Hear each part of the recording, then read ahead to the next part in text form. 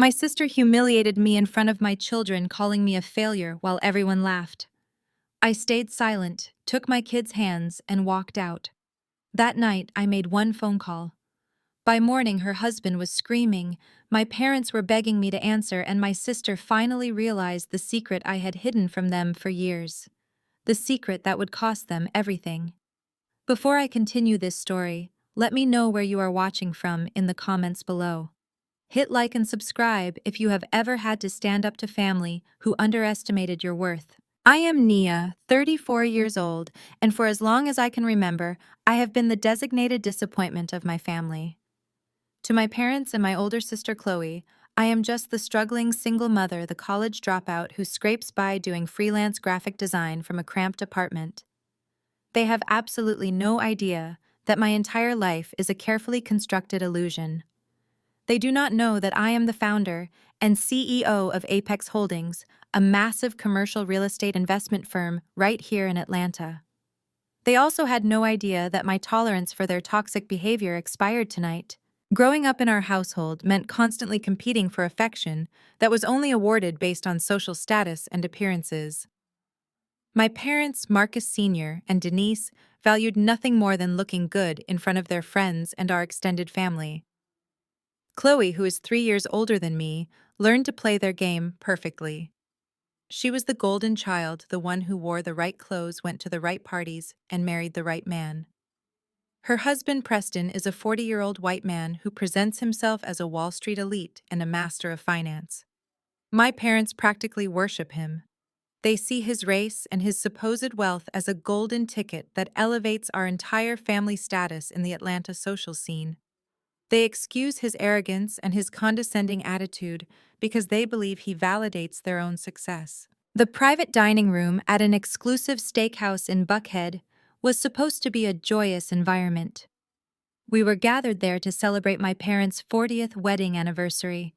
The mahogany table was crowded with 20 of our closest relatives, laughing, toasting, and enjoying the lavish spread. I sat quietly near the end of the table, cutting a piece of chicken for my 9-year-old daughter Zuri, while my 14-year-old son Jamal quietly drank his soda. I was perfectly content to stay out of the spotlight and let Chloe and Preston hold court as they always did. The trouble began when the waiter approached the table with the leather check folder. He naturally handed it to Preston, who had spent the entire evening bragging loudly about his latest real estate acquisitions and his 6-figure bonuses. Preston opened the folder, glanced at the total, and let out a theatrical sigh. He whispered something to Chloe, who immediately grabbed the folder from his hands. She stood up slightly, adjusting her expensive designer wig, and deliberately threw the heavy leather folder across the long table. It slid across the white linen and stopped right in front of my plate, knocking over my water glass. "Pay for your portion and your kids, Nia," Chloe announced, her voice cutting through the ambient noise of the restaurant like a siren. "The bill is $2,500. Preston and I are not running a charity. You need to pay up before you leave. You have freeloaded off the success of this family enough." The entire dining room fell dead silent. 20 pairs of eyes turned to stare at me. I could see my aunts and uncles exchanging uncomfortable glances, while some of my cousins tried to hide their amused smirks.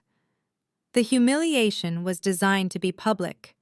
It was designed to remind everyone in the room that Chloe was the wealthy, successful sister, and I was the charity case who did not belong at their luxury table. I felt the heat rising in my face, but I maintained my composure. I looked at the bill, and then looked up at Chloe. Before I could formulate a calm response, I felt a sudden movement beside me.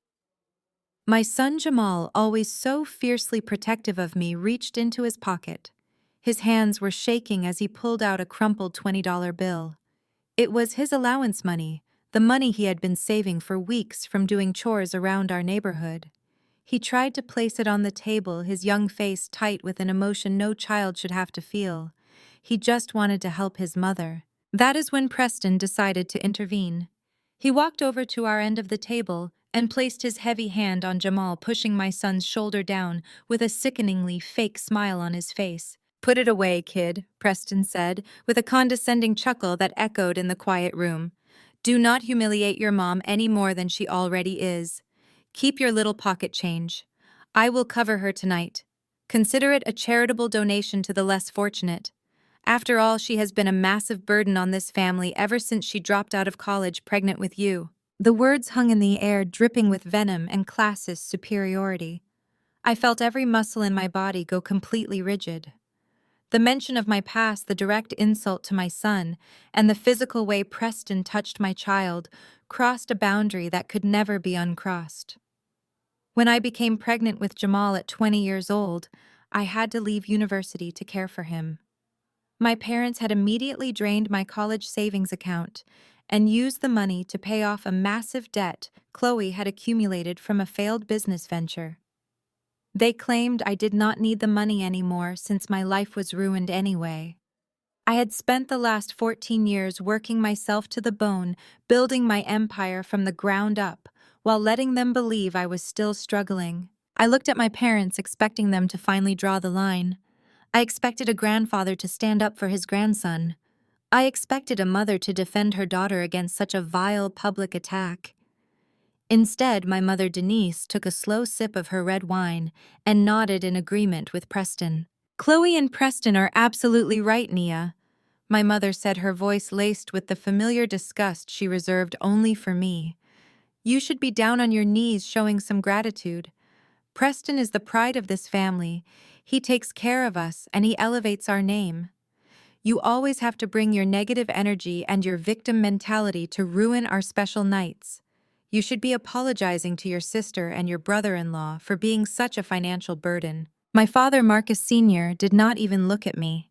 He just kept cutting his steak, silently validating my mother's words with his complicity. In that exact second, the last remaining thread of loyalty I held for these people snapped. I did not scream. I did not cry. I did not try to explain that I could buy this entire restaurant if I wanted to. Emotional reactions were exactly what they wanted from me. They wanted the angry black woman stereotype so they could justify their mistreatment. I was not going to give them that satisfaction. I calmly reached into my designer handbag, which they assumed was a cheap knockoff. I pulled out a crisp $100 bill and placed it gently on top of the leather folder. "This is for the waiter," I said, my voice perfectly steady and dangerously cold. "My children and I do not need the charity of fake millionaires." I stood up and smoothed my dress. I reached out and took Zuri by her small hand and motioned for Jamal to walk ahead of me. My son stood tall, wiping a tear from his eye as he moved away from Preston. I stopped right behind Chloe and Preston, looking directly into my sister's wide, shocked eyes, and then looking at my parents at the head of the table. "Tonight, I am an uninvited guest," I said, making sure every single person in the room could hear the absolute certainty in my voice. "But enjoy this expensive meal while you can, because tomorrow morning you will all be homeless." I turned my back on them and walked out of the private dining room, the heavy wooden doors swinging shut behind me. I led my children out to the front of the restaurant, where my private black Maybach and my personal driver were waiting out of sight from the main windows. We climbed into the quiet luxury of the leather interior. I pulled my children close to me, kissing their foreheads and promising them that no one would ever speak to them like that again. As the car pulled away from the restaurant, heading toward the bright city lights of downtown Atlanta, I pulled out my phone. I stared at the screen for a brief moment, feeling the weight of the decision I was about to make. Then I dialed the direct number to my chief legal counsel. The phone rang twice before he answered. "Marcus," I said, my voice completely devoid of emotion. "Initiate the debt recovery protocol on Preston Company immediately. Freeze every asset call and every loan, and seize the collateral. Take everything." My sister humiliated me in front of my children, calling me a pathetic failure while my entire extended family laughed at her cruel joke. I did not scream. I did not cry. I simply took my kids by their hands and walked out of that private dining room. That night I made one single phone call. By morning, her husband was screaming in pure panic. My parents were begging me to answer the phone, and my sister finally realized the massive secret I had hidden from them for 7 years. The secret that would legally cost them everything they owned. Before I share exactly how I took back my power, let me know where you are watching from in the comments. Hit the like button and subscribe if you have ever had to stand up to a toxic family that underestimated your worth. I am Nia, 32 years old, and for over a decade I have been the designated disappointment of my family. My parents, Vernon and Brenda, valued nothing more than social status and the illusion of wealth. Growing up in our household meant constantly competing for affection that was only awarded based on appearances. My older sister, Chloe, learned to play their game perfectly. She was the golden child, the one who wore the right designer labels, went to the right parties, and eventually married the right man. Her husband, Preston, is a 40-year-old white man who presents himself as a Wall Street elite and a master of finance. My parents practically worship him. They see his race and his supposed wealth as a golden ticket that elevates our entire family status in the affluent circles of Atlanta. They excuse his arrogance and his condescending attitude because they believe he validates their own success. To them, I am just the struggling single mother, the college dropout who scrapes by doing freelance graphic design from a cramped rental house in the West End. They have absolutely no idea that my entire life is a carefully constructed illusion. They do not know that I am the founder and CEO of Apex Holdings, a massive commercial real estate investment firm right here in Georgia. They also had no idea that my tolerance for their toxic behavior expired tonight. The private dining room at an exclusive steakhouse in Buckhead was supposed to be a joyous environment. We were gathered there to celebrate my parents' 40th wedding anniversary. The heavy mahogany table was crowded with 20 of our closest relatives, laughing, toasting, and enjoying the lavish spread. I sat quietly near the end of the table, cutting a piece of chicken for my 9-year-old daughter Maya, while my 14-year-old son Jamal quietly drank his soda. I was perfectly content to stay out of the spotlight and let Chloe and Preston hold court as they always did. Preston spent the entire evening bragging loudly about his latest real estate acquisitions and his massive quarterly bonuses.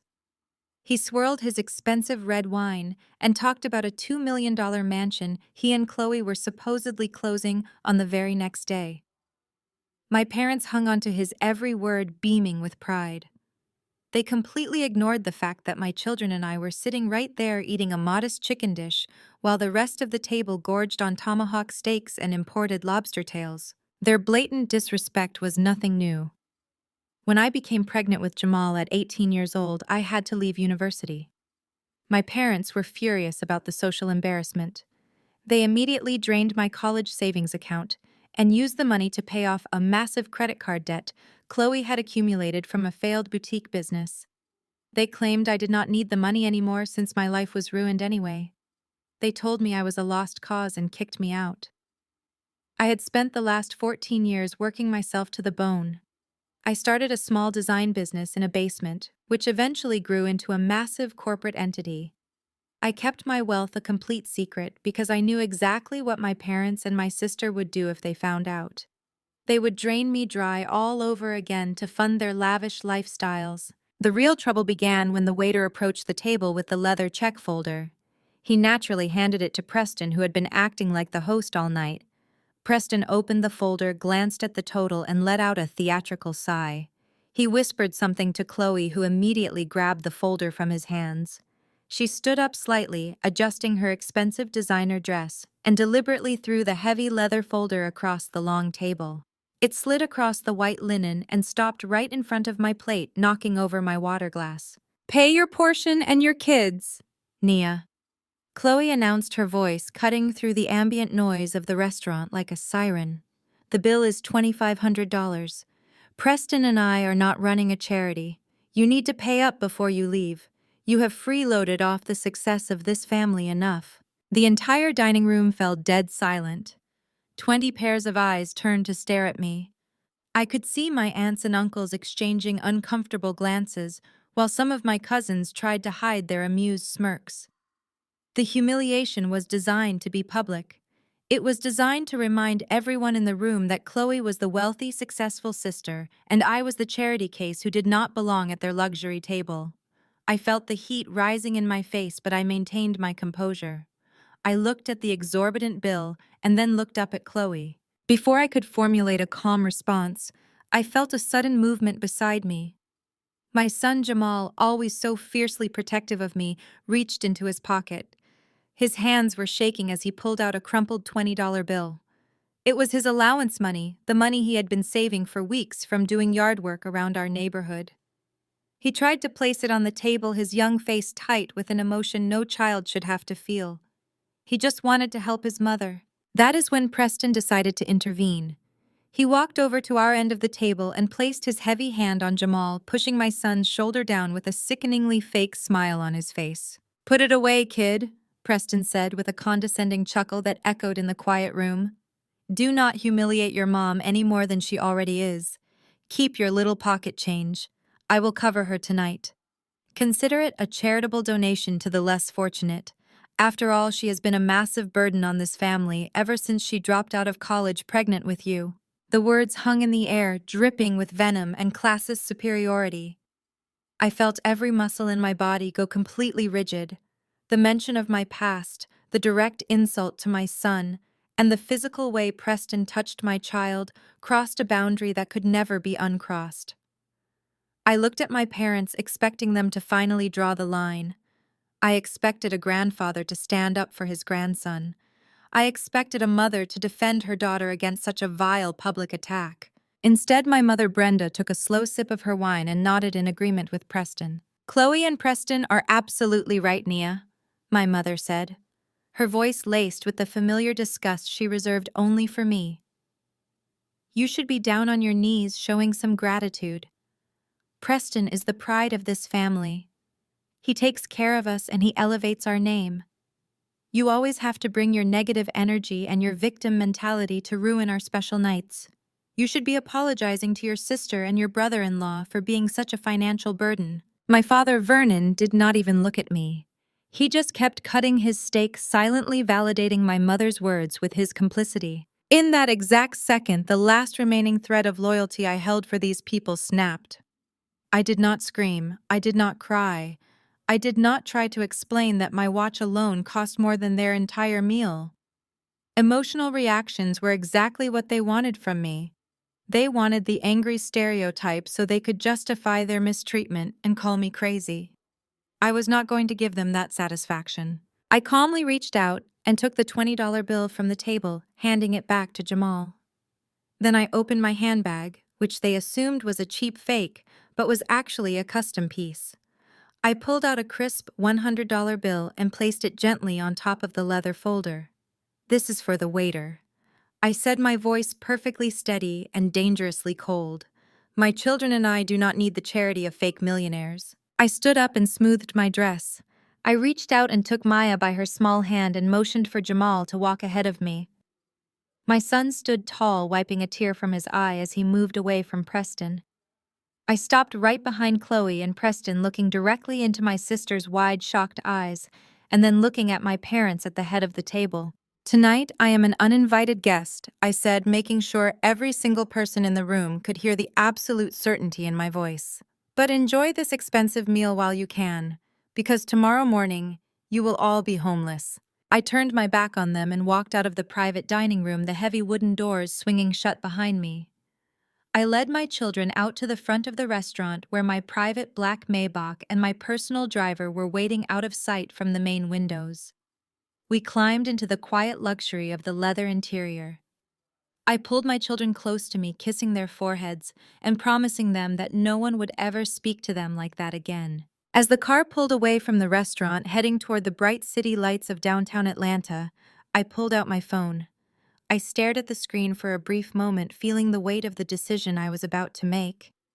Then I dialed the direct number to my chief legal counsel. The phone rang twice before he answered. "Marcus," I said, my voice completely devoid of emotion. "Initiate the debt recovery protocol on Preston Company immediately.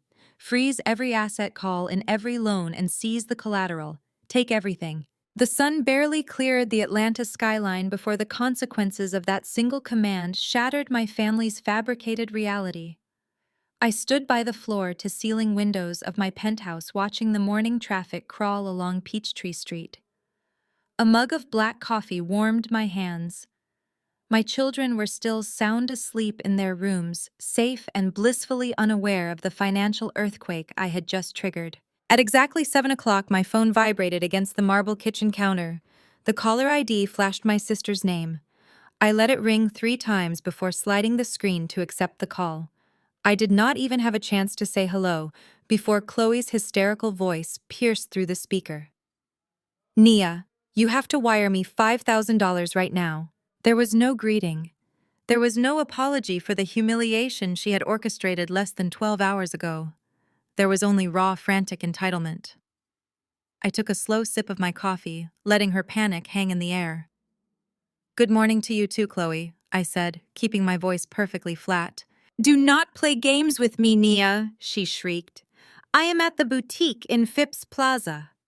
They opened early for a private viewing, and my personal shopper is standing right in front of me, holding the exact Birkin bag I reserved months ago. I handed them Preston's black card, and it declined. Do you hear me? It declined. I smiled into my coffee mug. The speed of Apex Holdings' legal team never ceased to amaze me. That sounds like a personal financial issue, I replied. Why are you calling me? You made it very clear last night that I am just a charity case. Surely you do not need a handout from a struggling single mother. It is a system error, Chloe screamed, her voice cracking with a mixture of rage and sheer humiliation. Preston is on the other line screaming at the bank executives. They froze his entire portfolio. Every single account is locked. The bank manager is giving us some nonsense about a sudden debt recall from an anonymous holding company. It is a massive glitch, and I am standing here looking like a complete fool in front of the boutique manager. Wire me the money immediately. Preston will pay you back tomorrow when he gets this sorted out. I walked over to the kitchen island and leaned against the cool stone. The sound of her desperation was intoxicating, but I maintained my absolute composure. I am afraid I cannot help you, Chloe, I told her. You see, my pocket change is reserved for my children. I suggest you put the bag down and walk out with whatever dignity you have left.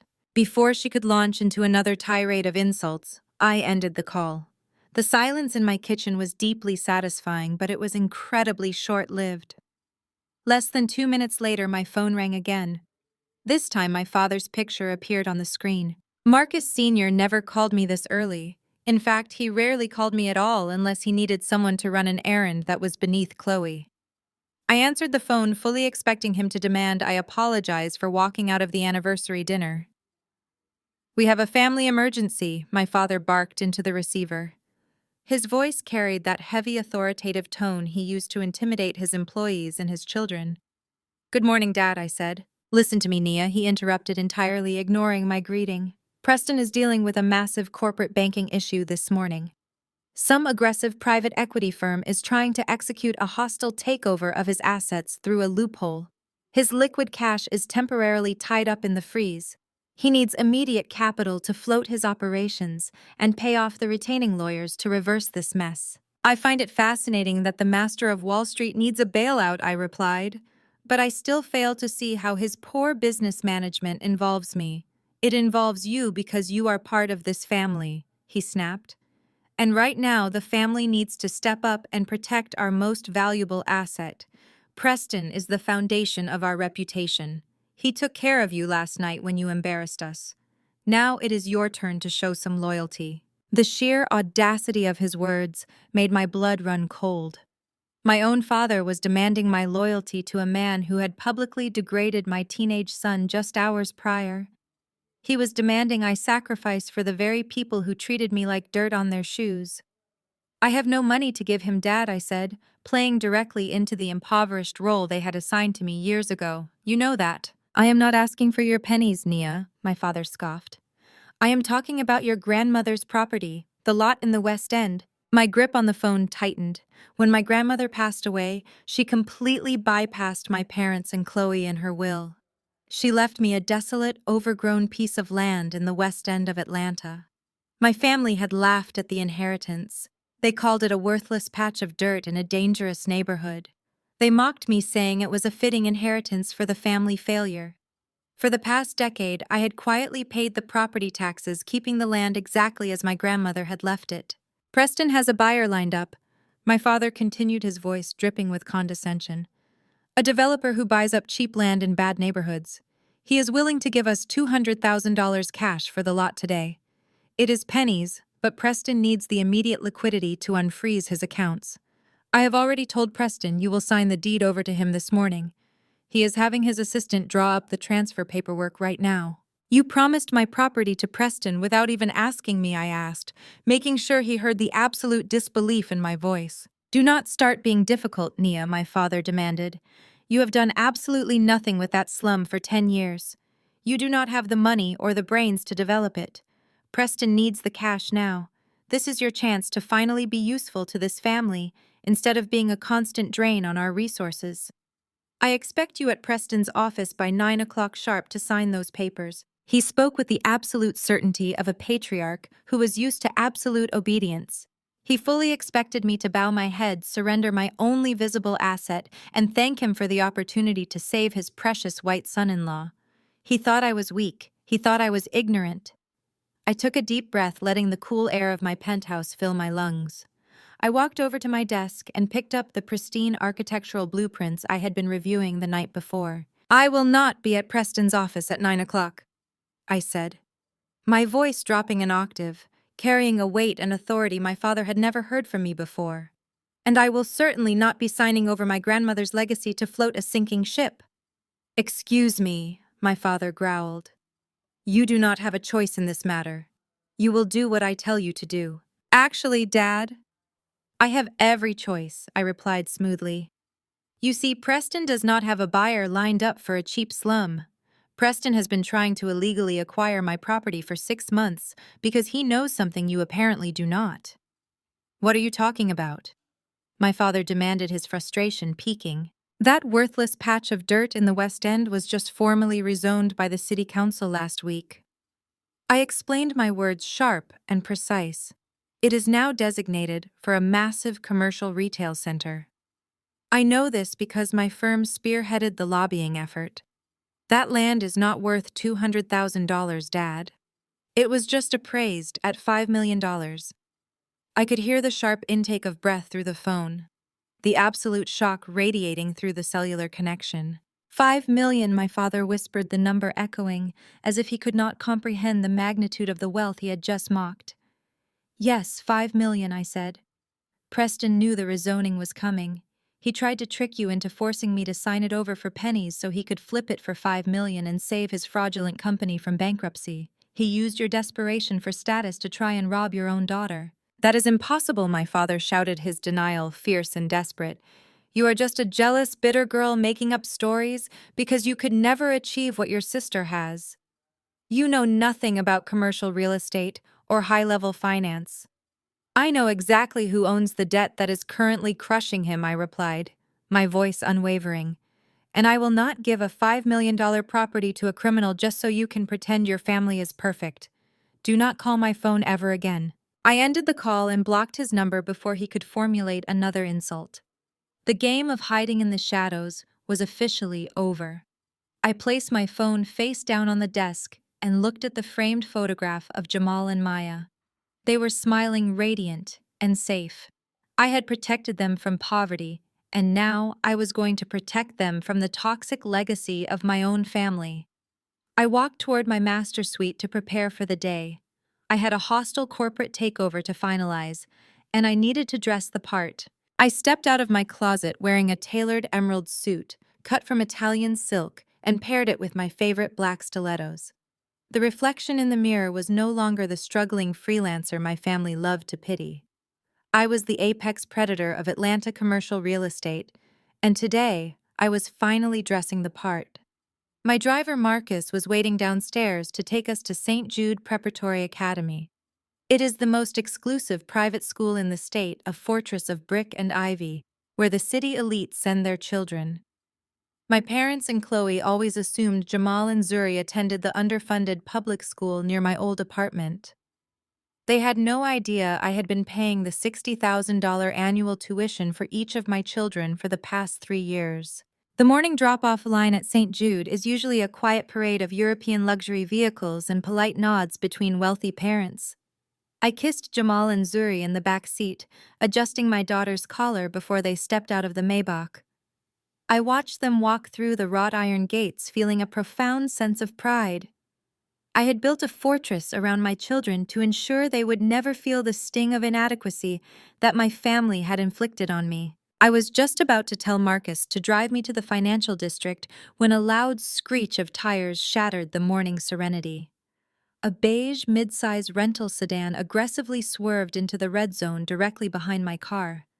Since Preston had his Maserati impounded yesterday, this must have been his desperate replacement. The passenger door flew open and Chloe marched out. She looked entirely unhinged. Her designer wig was sitting slightly off-center, and her makeup looked hastily applied. Preston climbed out of the driver's side, his face flushed red with absolute fury. They must have tracked my phone location through a family sharing app I had forgotten to disable. "You absolute psychopath!" Chloe screamed at the top of her lungs, marching directly across the pristine brick walkway. She did not care who was watching. She did not care about the wealthy mothers in their tennis gear, pausing on the sidewalk to stare. She only cared about asserting her dominance. I stepped out of my car and closed the door behind me, standing tall in my emerald suit. I crossed my arms and watched my sister approach like a raging storm. "What kind of sick game are you playing?"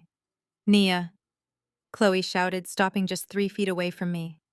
"You think you can hack into Preston corporate accounts and freeze our money? You think you can call the bank and pretend to be some debt collector to lock up his portfolio? Do you have any idea how much trouble you are in?" I was humiliated at the boutique this morning. Humiliated. "You are going to fix this right now, or I am calling the police and telling them you are committing wire fraud." Preston stepped up right beside her, aggressively pointing a finger at my face. "You have gone too far this time, you crazy witch." He spat, his voice trembling with unchecked rage. "I do not know what kind of cheap scam you are pulling, but you messed with the wrong man. I know the district attorney personally. I will have you thrown in a federal prison by noon. And how exactly are you affording to drop your kids off at a place like this? Are you stealing money from my accounts to pay for this elite school? I will call Child Protective Services right now and tell them you are an unfit mother involved in organized crime." The other parents in the courtyard began to whisper. A few of the mothers I knew from the Parent-Teacher Association looked at me with deep concern. Chloe saw the audience gathering and her chest puffed out with twisted pride. She lived for an audience and she was determined to use this crowd to tear me down. "Look at her," Chloe announced loudly, gesturing to my outfit with a look of pure disgust. "Look at the welfare queen playing dress-up. You think putting on a nice suit makes you one of these people? You are nothing, Nia. You have always been nothing. You are a college dropout who leeches off our parents. You are a complete failure who has to steal from my husband to buy her way into a rich neighborhood." I did not raise my voice. I did not break eye contact.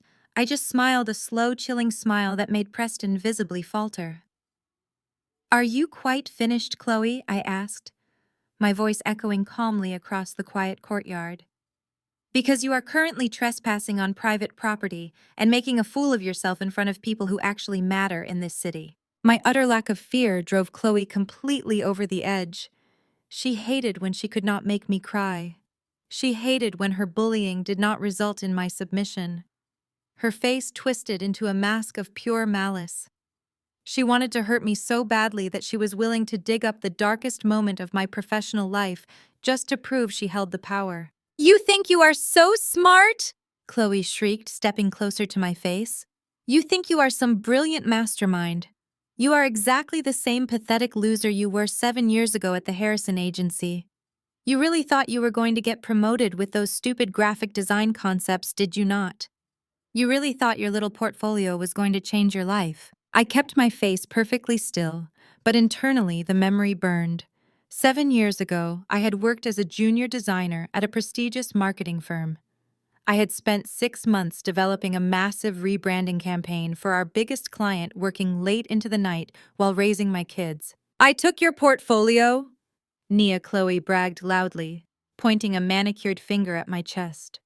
"I stole your entire campaign, and I put my name on it. I handed it directly to the creative director, and I got the senior executive position." And what happened to you? You got fired. I watched security walk you out of the building carrying a cardboard box. I ruined your pathetic little career because you did not deserve to win. You are meant to be at the bottom, Nia. You are meant to stay down there in the dirt. So do not stand here in a stolen suit acting like you have power over me. The wealthy parents standing nearby gasped in absolute horror at her confession. They were completely disgusted by the sheer cruelty of her words. Chloe did not care. She was breathing heavily, a triumphant smirk plastered on her face. She truly believed she had just won the argument. She believed she had put me back in my place. I looked at my sister, absorbing the reality that she had intentionally destroyed my life, and felt absolutely no remorse. That stolen portfolio had almost cost me my apartment. It had almost left my children hungry, but it had also forced me to start my own company. Her betrayal was the catalyst for my empire. You are right, Chloe, I said, my voice dropping to a deadly whisper. You did put me at the bottom. But you forgot that when you bury a seed, it grows. Preston lost what little patience he had left.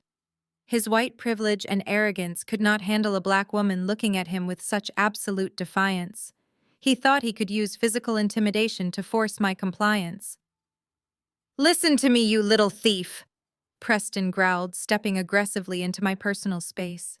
He raised his right hand, reaching out violently to grab my shoulder and physically force me toward his car. He never even made contact. I raised my right hand and simply snapped my fingers. The response was instantaneous. Two massive men wearing sharp black suits and earpieces, who had been standing discreetly near the school entrance, lunged forward with terrifying speed.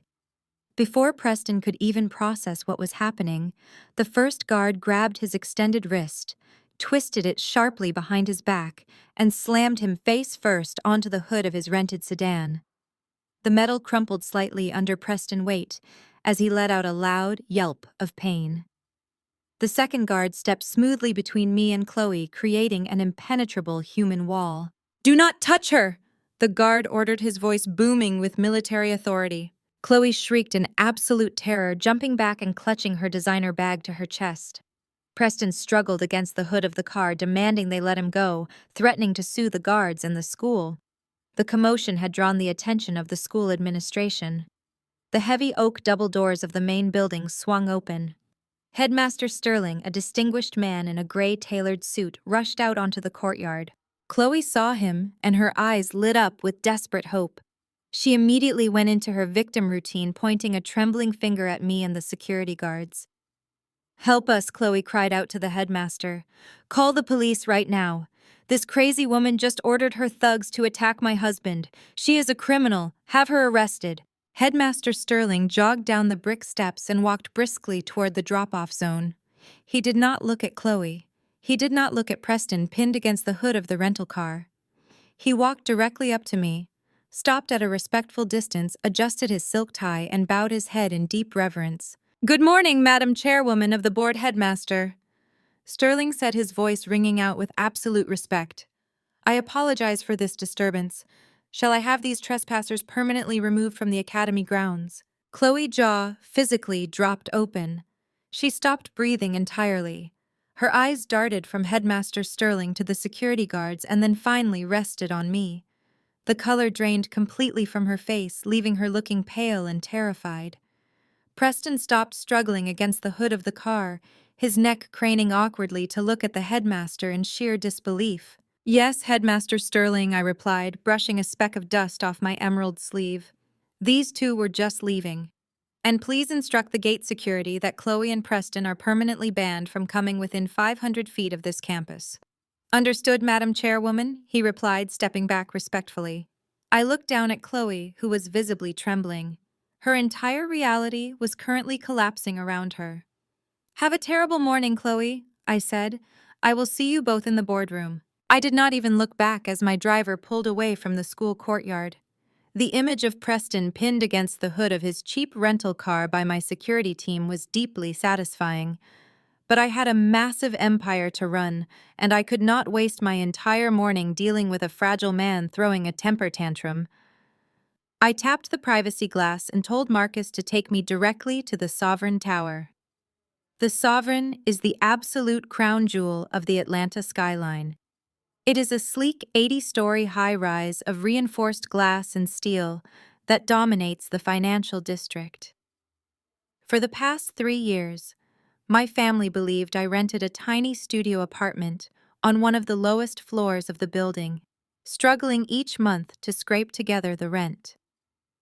They loved the idea of me living paycheck to paycheck surrounded by wealth I could never actually touch. They had absolutely no idea that my holding company, Apex Holdings, had purchased the entire residential and commercial tower in a massive private acquisition. I walked through the grand marble lobby, the heels of my stilettos clicking sharply against the polished stone. The concierge staff stood straight and offered respectful greetings as I passed. I headed straight for the executive management suite on the ground floor. David, the senior property manager, was waiting for me with a fresh double espresso and the quarterly financial reports stacked neatly on his mahogany desk.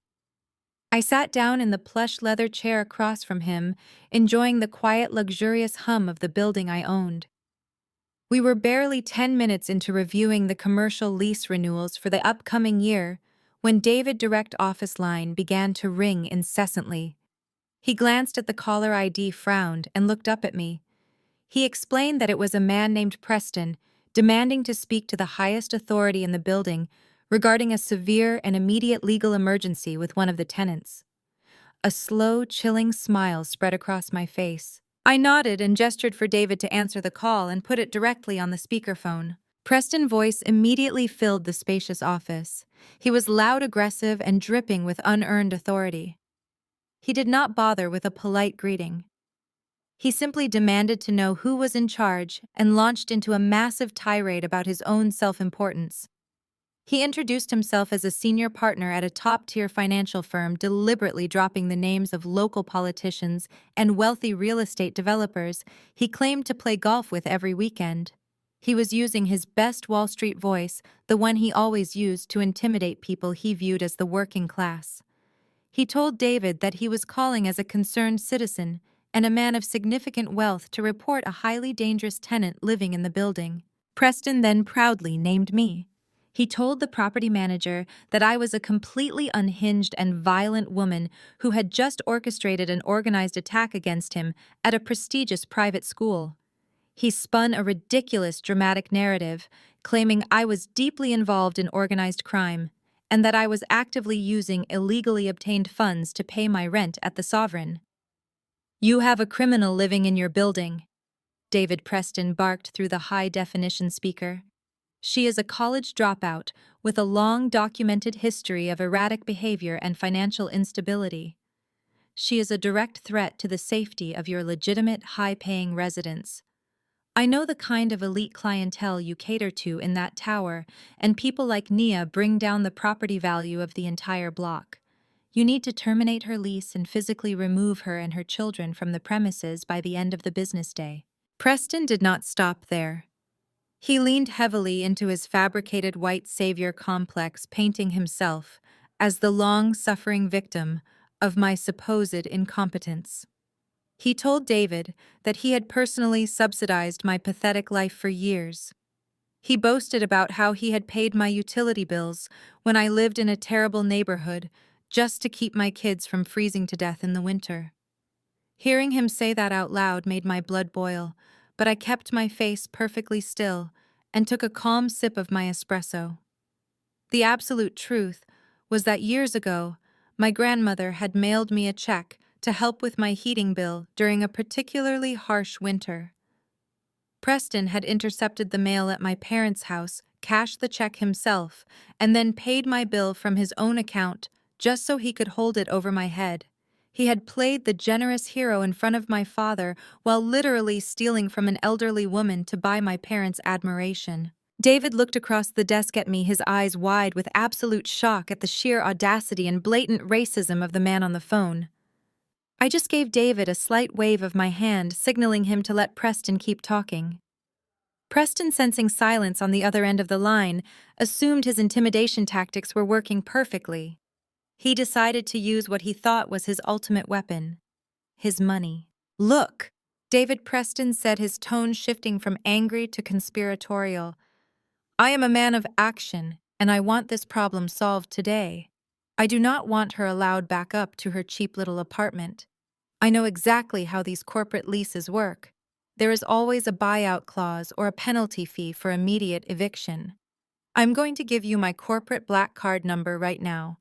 I want you to charge whatever penalty fee is required to break her lease immediately. I will personally pay out of my own pocket to have her thrown out on the street. Consider it a generous favor from me to your management company. Preston arrogantly read off a string of 16 digits followed by the expiration date and the security code. He was so incredibly confident in his privilege, so certain that his deep voice and his corporate buzzwords could erase my existence with a single phone call. He genuinely believed that his fake wealth gave him the power to render a black woman homeless just because she had bruised his fragile ego earlier that morning. I gave David a firm nod. David turned to his computer and typed the numbers into his billing terminal. We waited in total silence for a few seconds. The screen flashed bright red with a bold error message. David cleared his throat, his professional tone completely masking the intense satisfaction hanging heavy in the room. He leaned closer to the speakerphone. Mr. Preston, David said smoothly, I have processed the card number you provided. Unfortunately, it has been declined due to a severe freeze on all your associated corporate and personal accounts. Preston let out a loud, confused noise on the other end of the line. That is impossible, he stammered, his confident facade instantly cracking. Try it again. The system must be down. I have millions in that account. Just bypass the block and run it again manually. I am afraid I cannot do that, Sir David replied, remaining perfectly calm. And furthermore, I must inform you that I cannot process any eviction or lease termination against Miss Nia. In fact, nobody in this city can evict her from this property. What are you talking about? Preston yelled, his voice pitching upward in sheer panic. You are just a property manager. I will call the building owner directly. I will have you fired for incompetence before lunch. Give me the owner's name right now. David looked at me and I set my espresso cup down on the glass table. I leaned forward toward the speakerphone so Preston could hear every single syllable with crystal clarity. You do not need to call the owner, Preston, I said, my voice echoing cleanly in the quiet office. You are already speaking to her. Dead silence filled the phone line. I could practically hear Preston's brain short-circuiting as he tried to process the sound of my voice coming from the management office of the most expensive building in Atlanta. Nia, he choked out, sounding like the air had been violently punched out of his lungs. Sorry, Mr. Preston. David interjected, delivering the final blow with absolute precision. We cannot evict Miss Nia, because her holding company, Apex Holdings, is the sole owner of this entire tower. Also, your credit card was just declined. Have a wonderful day. David reached over and pressed the disconnect button. The call ended abruptly, cutting off Preston's panicked gasp. I leaned back in my leather chair, crossing my legs, as a genuine smile finally broke across my face. The satisfaction of that phone call lingered in my office long after the line went dead. David stared at me with newfound reverence, but I simply instructed him to proceed with the next phase of our acquisitions. Preston was officially cornered. His credit lines were frozen, his real estate assets were locked, and his firm was bleeding cash by the hour. But men like Preston and women like my sister Chloe do not retreat when they are exposed. They double down on the illusion. They construct a smokescreen. Less than 48 hours later, the elegant gold-embossed invitations began circulating among Atlanta elite. It was an emergency save-face operation disguised as philanthropy. The Blackwood Foundation annual charity gala to be held at the Grand Ballroom of the Four Seasons Hotel. It was a desperate theatrical play. Preston was throwing a lavish party. He could not afford to project an image of absolute solvency, hoping to court private investors who might blindly bail him out of the massive financial hole he had dug. He was hunting for a silent partner, and he had set his sights on the mysterious holding company that was rapidly dominating the city commercial sector. He had no idea that Apex Holdings was actively hunting him. My mother called me the morning of the gala. She did not call to see how Jamal and Maya were doing. She did not call to apologize for the scene at the restaurant or the school. She called to issue a mandate. Nia, I am calling to make something abundantly clear, my mother said, her voice tight with anxiety and classist superiority. Preston and Chloe are hosting a very important charity event tonight at the Four Seasons. The mayor will be there. Several bank presidents will be there. I know you sometimes take your kids walking around downtown on the weekends, but I need you to stay away from the hotel district tonight. I sat at my kitchen island reviewing a digital contract on my tablet.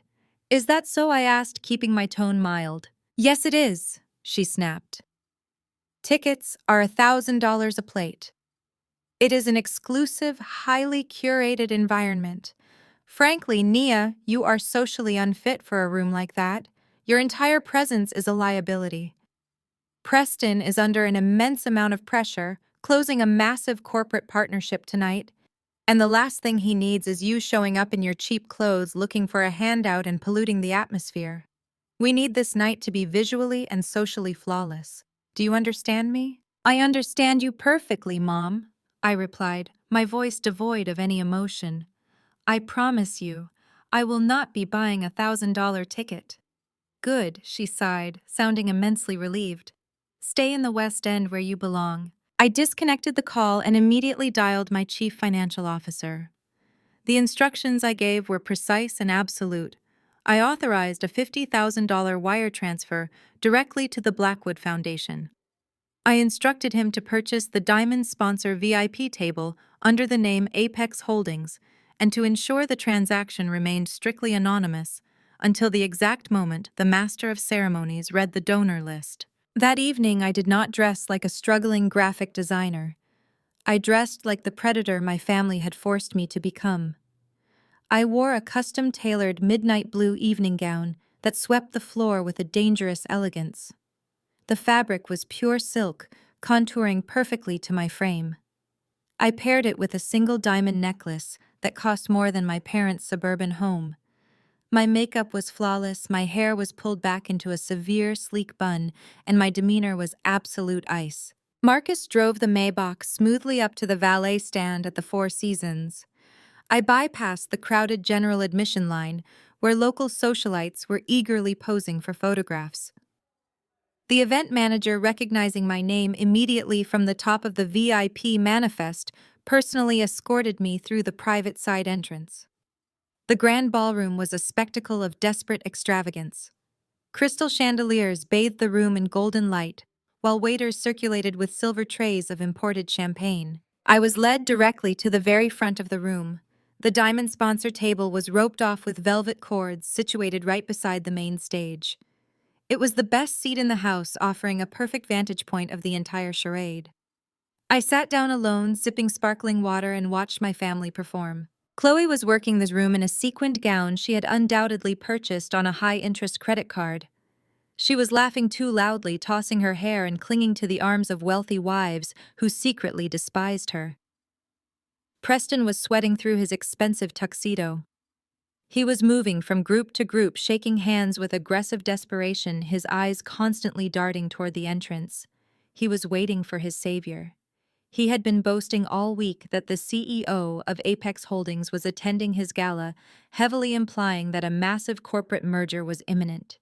He truly believed that this faceless billionaire was going to walk through the doors, shake his hand, and write a check that would make his legal troubles disappear. My parents were hovering near the buffet, beaming with ignorant pride. They looked like royalty presiding over a kingdom built on quicksand. It took 30 minutes for Chloe to finally notice me. She was walking toward the front of the stage with a glass of champagne when she stopped dead in her tracks. The blood drained from her face. She blinked rapidly as if her eyes were playing tricks on her. When she realized it was actually me sitting calmly at the most expensive table in the ballroom, her shock instantly morphed into pure, unadulterated rage. She marched over to my table, her heels stomping aggressively against the plush carpet. She bypassed the velvet rope and leaned over my table, her face contorted with malice. "What the hell are you doing here?" Chloe hissed, her voice a venomous whisper, so the surrounding tables would not hear. "How did you get in here? Did you sneak in through the kitchen? Are you out of your mind?" "I am simply enjoying the ambiance, Chloe," I replied, taking a slow sip of my water. "It is a lovely party. You must be drowning in debt to afford it." "Get out!" she demanded, slamming her manicured hand onto my table. "Get out right now before I call security and have you physically dragged into the street. You do not belong here. This table is reserved for the CEO of Apex Holdings. They are our diamond sponsor. If they walk in and see trash like you sitting at their private table, Preston will lose his biggest investment." My mother, having spotted the commotion, hurried over. When she saw me sitting at the VIP table, she actually gasped, clutching her chest in horror. "Nia," my mother scolded, her voice trembling with furious panic. "I specifically told you to stay away. You are humiliating us. You are trying to sabotage your sister on the most important night of her life. Get up and leave this instant before Preston sees you." I did not move a single muscle. I just looked at the two women who had spent my entire life trying to make me feel small. "I am not going anywhere," I said, my voice perfectly calm and laced with absolute authority. "I paid for this seat." "You do not have $1,000. Chloe spat, a cruel laugh escaping her lips. "You are a broke single mother who leeches off this family. Security will be here in exactly 10 seconds to remove you." Before Chloe could wave down the guards, the grand ballroom lights suddenly dimmed. A hush fell over the glittering crowd as the spotlight hit the center stage. The master of ceremonies, a local television anchor, stepped up to the microphone, tapping it gently to command the room attention. Chloe instantly panicked. She hissed at me to hide my face and rushed back toward the side of the stage where Preston was already standing. Preston was buttoning his suit jacket, straightening his tie, and wearing a smile of absolute arrogant triumph. He was ready for his coronation. "Ladies and gentlemen," the MC announced, his voice booming through the speakers. "Tonight is about generosity, it is about community, and it is about recognizing the incredible leaders who elevate our city. We have many generous donors tonight, but there is one contributor who stands far above the rest." Preston puffed out his chest, preparing to walk forward and bask in the applause. He looked around the room, soaking in the admiration of the Atlanta elite. "This organization made an anonymous diamond tier donation of $50,000 today to secure the premier VIP table," the MC continued, reading enthusiastically from his cue card. "We are incredibly honored to have them in the room with us tonight. Please put your hands together and give a massive, Four Seasons welcome to the anonymous donor, the driving force behind Atlanta new commercial skyline, the founder and CEO of Apex Holdings." The crowd erupted into massive applause. Preston stepped forward, clapping his hands, his eyes scanning the back of the room, waiting for an older, wealthy white man to walk down the center aisle and save his fraudulent company. He was ready to extend his hand. He was ready to seal the deal. But nobody walked down the aisle. Instead, the heavy spotlight swung sharply away from the entrance. It swept across the dark ballroom, illuminating the glittering chandeliers and the shocked faces of the elite guests. The bright beam of light moved directly to the very front of the room. It stopped dead on the roped-off VIP table. It stopped dead on me. I stood up slowly, bathed in the blinding white light of the spotlight.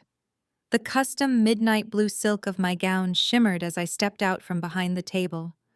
I did not look at the crowd. I looked directly at the side of the stage. Preston's smile vanished instantly. His arms dropped heavily to his sides. His jaw went completely slack as his eyes locked onto mine. The absolute horror, the sheer devastating realization washing over his face was a masterpiece. He looked from me to the MC and back to me, his brain violently rejecting the reality standing right in front of him. Chloe let out a loud, audible gasp that echoed through the front row. She stumbled backward, grabbing Preston's arm to steady herself, her eyes wide with a terror I had never seen before. My mother stood frozen near the buffet table, looking as if she had just seen a ghost. I stood in the spotlight, looking at the man who had publicly degraded my son, looking at the sister who had stolen my work, looking at the family who had called me a failure. I raised my glass of sparkling water toward the stage, looking directly into Preston's terrified eyes. The silence in my office was absolute perfection. I instructed David to block any further communications from Preston and return to my work. The trap I had laid was flawless, and the jaws were rapidly snapping shut around my sister and her arrogant husband. 24 hours later, the shock waves of my financial strike were systematically dismantling Preston World. But Chloe operated on the delusion that if you ignore a massive fire long enough, it will simply burn itself out. Her entire identity was tied to the illusion of infinite wealth, and she was desperate to prove to herself and her circle that nothing was wrong. This staggering denial brought her to the sanctuary. The sanctuary was the most exclusive, overpriced luxury spa in the heart of Buckhead. It was a place where Atlanta elite gathered to drink imported champagne in plush white robes and pretend their lives were perfect. I knew Chloe would be there. It was her standing Friday appointment with her inner circle of wealthy socialites. These were three prominent African American women whose husbands controlled local politics and commercial development.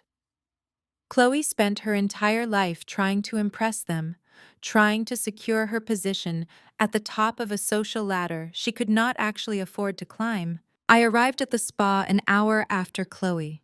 I bypassed the main reception area and took the private elevator reserved exclusively for Black Diamond members. The air smelled of eucalyptus and expensive lavender oil. I wore a custom-tailored cream silk lounge set and oversized designer sunglasses, projecting an aura of effortless, untouchable wealth. I did not rush. I simply stepped off the elevator and walked smoothly toward the grand marble checkout counter where the final act of Chloe Morning was about to begin. Chloe was standing at the front desk flanked by her three socialite friends. They were laughing, sipping cucumber water, and discussing an upcoming charity gala. Chloe was playing the role of the generous, wealthy benefactor perfectly. She waved her hand dismissively at her friends and insisted on covering the entire bill for their morning of massages and facial treatments. She wanted to show them that $3,000 was nothing but pocket change to her. I stood discreetly near a display of luxury skincare products, just out of her direct line of sight, and watched the performance unfold. "Put it all on my tab," Chloe told the receptionist, her voice carrying that familiar tone of arrogant superiority. "And add a 20% gratuity for the massage therapists. They did an adequate job today." The receptionist, a young woman with a tight professional smile, took the sleek metal credit card from Chloe's hand. She swiped it through the terminal. The machine let out a sharp, aggressive beep. The screen flashed bright red. "I am sorry, Mrs. Blackwood," the receptionist said, keeping her voice low. "This card has been declined." Chloe let out a dramatic scoff, rolling her eyes for the benefit of her friends. "It is probably a fraud alert," she lied smoothly. "Preston makes so many massive international transactions that the bank freezes the accounts out of an abundance of caution. It is honestly exhausting dealing with this level of wealth. Here, try my platinum card." She dug into her designer handbag and produced a second card. The receptionist swiped it. Beep. Declined. The easy smiles on the faces of Chloe's friends began to slip. The air around the marble counter grew incredibly tense.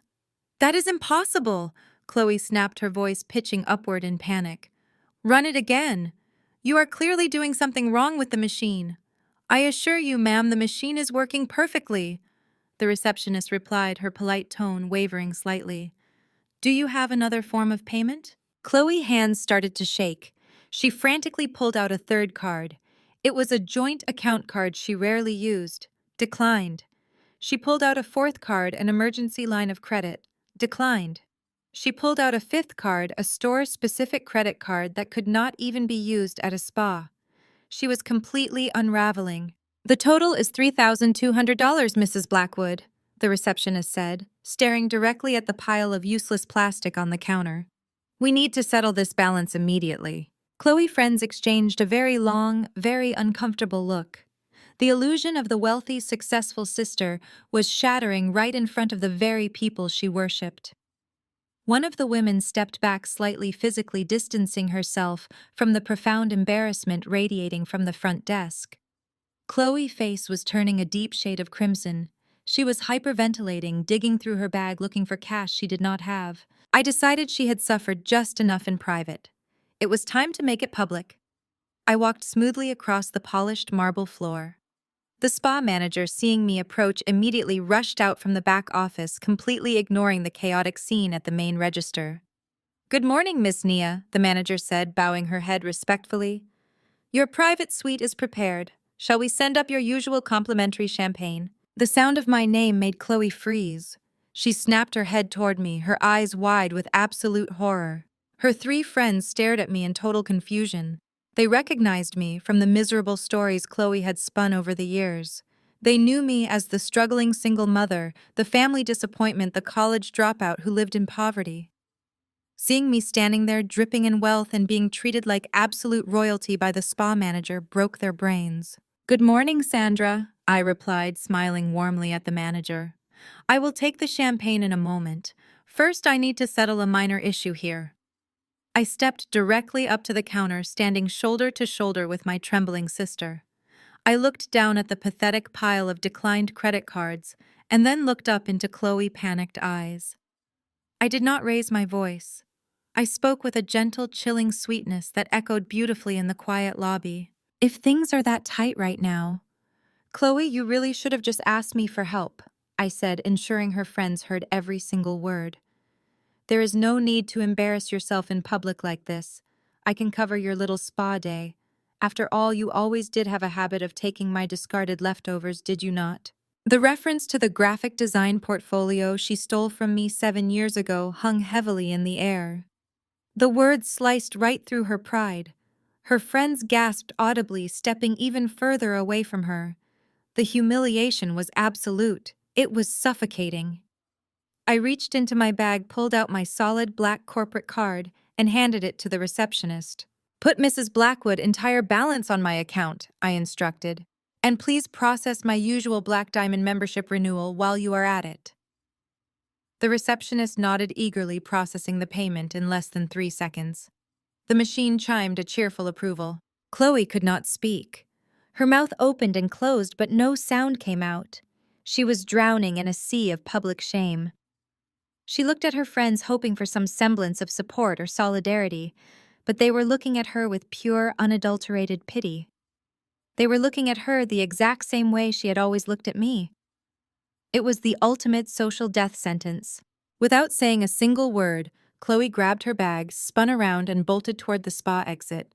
She practically ran through the sliding glass doors, desperate to escape the crushing reality of her own poverty. I stood at the counter, retrieved my receipt, and smiled at the three socialites who were still standing frozen in shock. "Have a wonderful afternoon, ladies," I said smoothly, before turning and following the manager toward my private suite. Outside the spa, Chloe was completely losing her mind. She stood on the sun-baked sidewalk of Buckhead, her chest heaving as she frantically dialed Preston's number. She paced back and forth, ignoring the curious stares of pedestrians. Her perfect life was burning to the ground, and she needed someone to fix it. Preston answered on the second ring.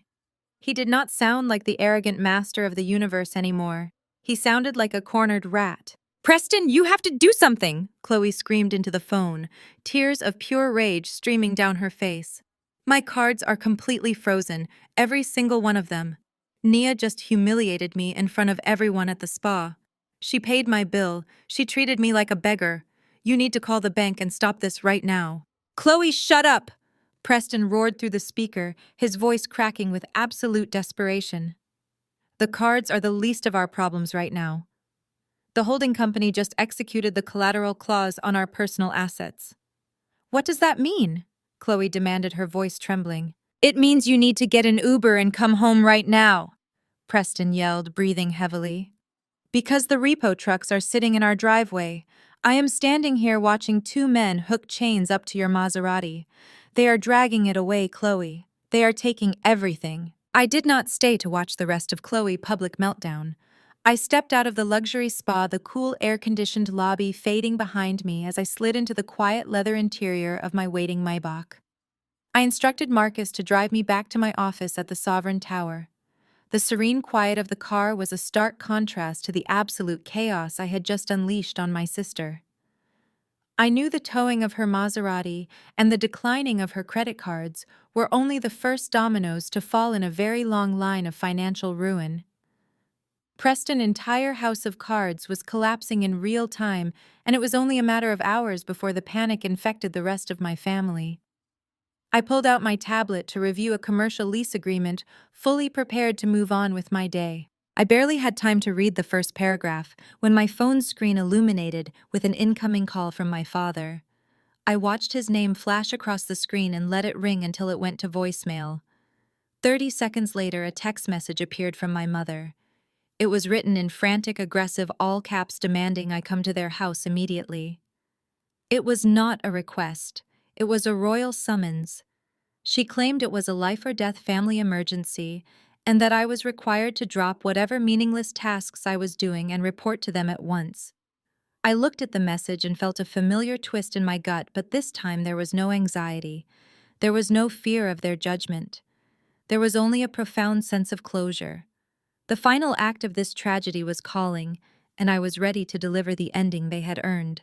I tapped the glass partition and told Marcus to turn the car around and head toward the affluent suburb where I had grown up. The drive took 40 minutes, winding through manicured tree-lined streets that reeked of old money and desperate social climbing. We pulled up to the large colonial-style house with its imposing white columns and perfectly landscaped lawn. This was the house where I had been conditioned to believe I was inferior. This was the house where every accomplishment of mine was minimized to make room for Chloe's ego. This was the house I had been thrown out of for getting pregnant with Jamal, labeled a permanent embarrassment to their pristine reputation. I stepped out of the car clutching a slim custom leather folder containing documents my legal team had meticulously compiled over the last month. The front door was slightly ajar, indicating the sheer panic occurring inside. I pushed it open and walked slowly into the grand marble foyer. The atmosphere inside the house was suffocatingly tense, thick with the scent of fear and desperation. My parents were pacing the living room like caged animals. Chloe was collapsed on the expensive white linen sofa, sobbing uncontrollably into her hands. Her designer wig was still askew. Her makeup was smeared down her cheeks, and she looked completely stripped of her usual arrogant armor. The woman who had tried to humiliate me at the spa just an hour ago was now a broken, weeping mess. Preston was pacing frantically near the stone fireplace, running his hands nervously through his thinning hair and aggressively chewing on his thumbnail. He looked like a man who knew the executioner was walking up the steps. When my father saw me enter, he immediately stopped pacing and pointed a trembling, demanding finger at me. "Get in here, Nia!" My father barked, his voice laced with pure, unfiltered panic. Preston is the victim of a massive banking error and a targeted corporate attack. The bank has temporarily frozen his assets pending a ridiculous federal investigation. They took Chloe's car right out of our driveway. They are trying to freeze all their accounts. We need liquidity immediately to hire the best defense attorneys in Atlanta and keep Preston business operations afloat until this massive misunderstanding is resolved. I stood in the doorway, calmly observing the pathetic scene unfolding in front of me. "And exactly how does this financial disaster concern me?" I asked, keeping my voice perfectly level. My mother marched forward, her face twisted with a mixture of desperation and furious entitlement. She pointed her manicured finger directly at my chest. "It concerns you, because you are going to help your family," she demanded, her voice shrill. "You are going to go to whatever loan sharks or shady payday lenders you use in that terrible neighborhood of yours, and you are going to take out a high-interest cash loan. We need $50,000 in cash by the end of the day. You will pawn whatever fake jewelry you have. You will sell your cheap car. Preston needs this bridge loan right now to save his reputation and protect our family name." I stared at her, letting the absolute absurdity of her demand wash over the room. "You want me to take out a predatory loan to fund Preston legal defense?" I asked, my voice dangerously calm and quiet. "You want me to go into crippling debt for a man who publicly degraded my son last night?" My mother completely lost what little composure she had left. "Yes," she screamed, her voice echoing violently off the high ceilings of the living room. "You owe this to us. Look at him, Nia. He is a white man. He is educated. He is a financial genius with a brilliant corporate mind. He will bounce back from this temporary setback because he has the pedigree to survive. He is the pride of this family. And what are you? You are just a useless black girl who dropped out of college and ruined her life. You have no future and no reputation to protect. If you ruin your credit, it does not matter because you are already a complete failure. Preston is our only hope for maintaining our status in this city. You will do this for him because you are meant to serve the success of this family. The sheer racist and classist venom in her words was breathtaking. For 32 years, I had allowed this woman to dictate my worth. I had allowed her to convince me that my skin color, my gender, and my circumstances made me inherently less valuable than a mediocre man with a polished resume and a fake smile. She truly believed that my entire existence was meant to be sacrificed on the altar of Preston privilege. I did not scream. I did not cry. I did not try to defend my humanity. Emotional reactions were exactly what she wanted to feed her sense of superiority. I simply walked over to the heavy mahogany coffee table and dropped the slim leather folder onto the glass surface. The sharp slap of the leather against the glass made Preston flinch. You are incredibly eager to sacrifice my life and my children's future for a man you do not even know. I said, my voice slicing through the room like a cold steel scalpel. You think Preston is a financial genius. You think he is a wealthy elite who elevates this family to the upper echelons of Atlanta society. You have spent years worshiping his race and his supposed bank accounts while looking down on your own flesh and blood. I opened the folder and spread the official bank statements, legal contracts, and property deeds across the table. Look at these papers, Mom. Look closely at the brilliant white genius you are defending so passionately. My father stepped forward, his brow furrowed as he looked down at the highlighted documents bearing official government seals. What is this garbage, he demanded, trying to maintain his authoritative tone. These are the authenticated financial records of Preston Shell Companies, I explained, keeping my gaze locked on my father. Preston is not a master of Wall Street. He is a glorified con artist who has been running a massive Ponzi scheme for the last 3 years. His entire portfolio is built on fraudulent commercial loans, fabricated assets, and stolen funds. And do you know how he managed to secure his absolute last round of desperate funding when the banks finally cut him off? He used you. Preston stopped pacing, his face drained of all color, turning a sickly shade of gray. He took a step backward toward the hallway, looking like a trapped animal calculating his escape route. Chloe stopped crying and stared at me, her eyes wide with total confusion, as she looked from the papers to her husband. What are you talking about? My mother gasped, looking from me to the documents spread across the table. Her eyes caught her own signature at the bottom of a page. 6 months ago, Preston convinced you to sign a thick stack of legal documents, I said, tapping my manicured nail against the specific page bearing my parents' signatures. He told you it was routine partnership paperwork to make you silent investors in his massive new commercial development downtown.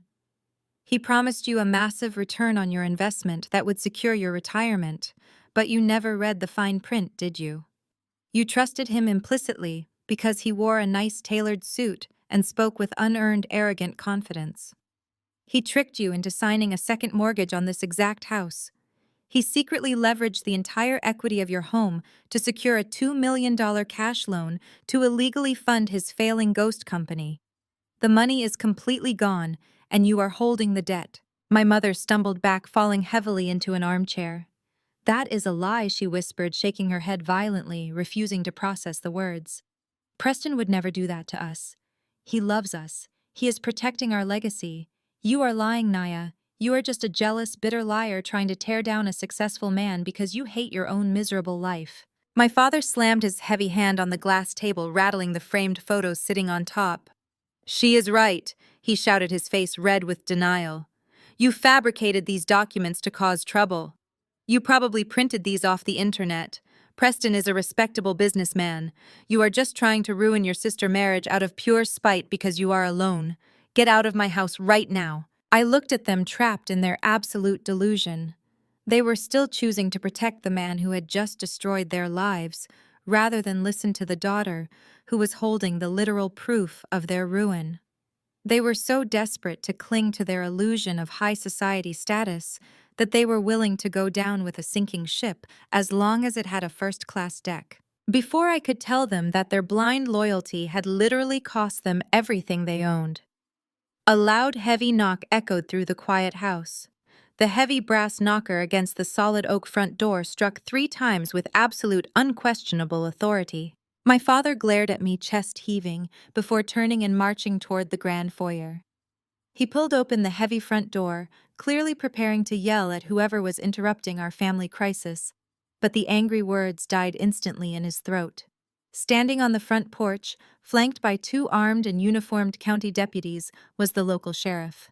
He was holding a thick stack of yellow legal papers securely attached to a metal clipboard. He did not look amused. "Are you Vernon and Brenda?" The sheriff asked, his voice carrying the heavy, uncompromising weight of the law. "I am here to serve an official notice of foreclosure and immediate eviction.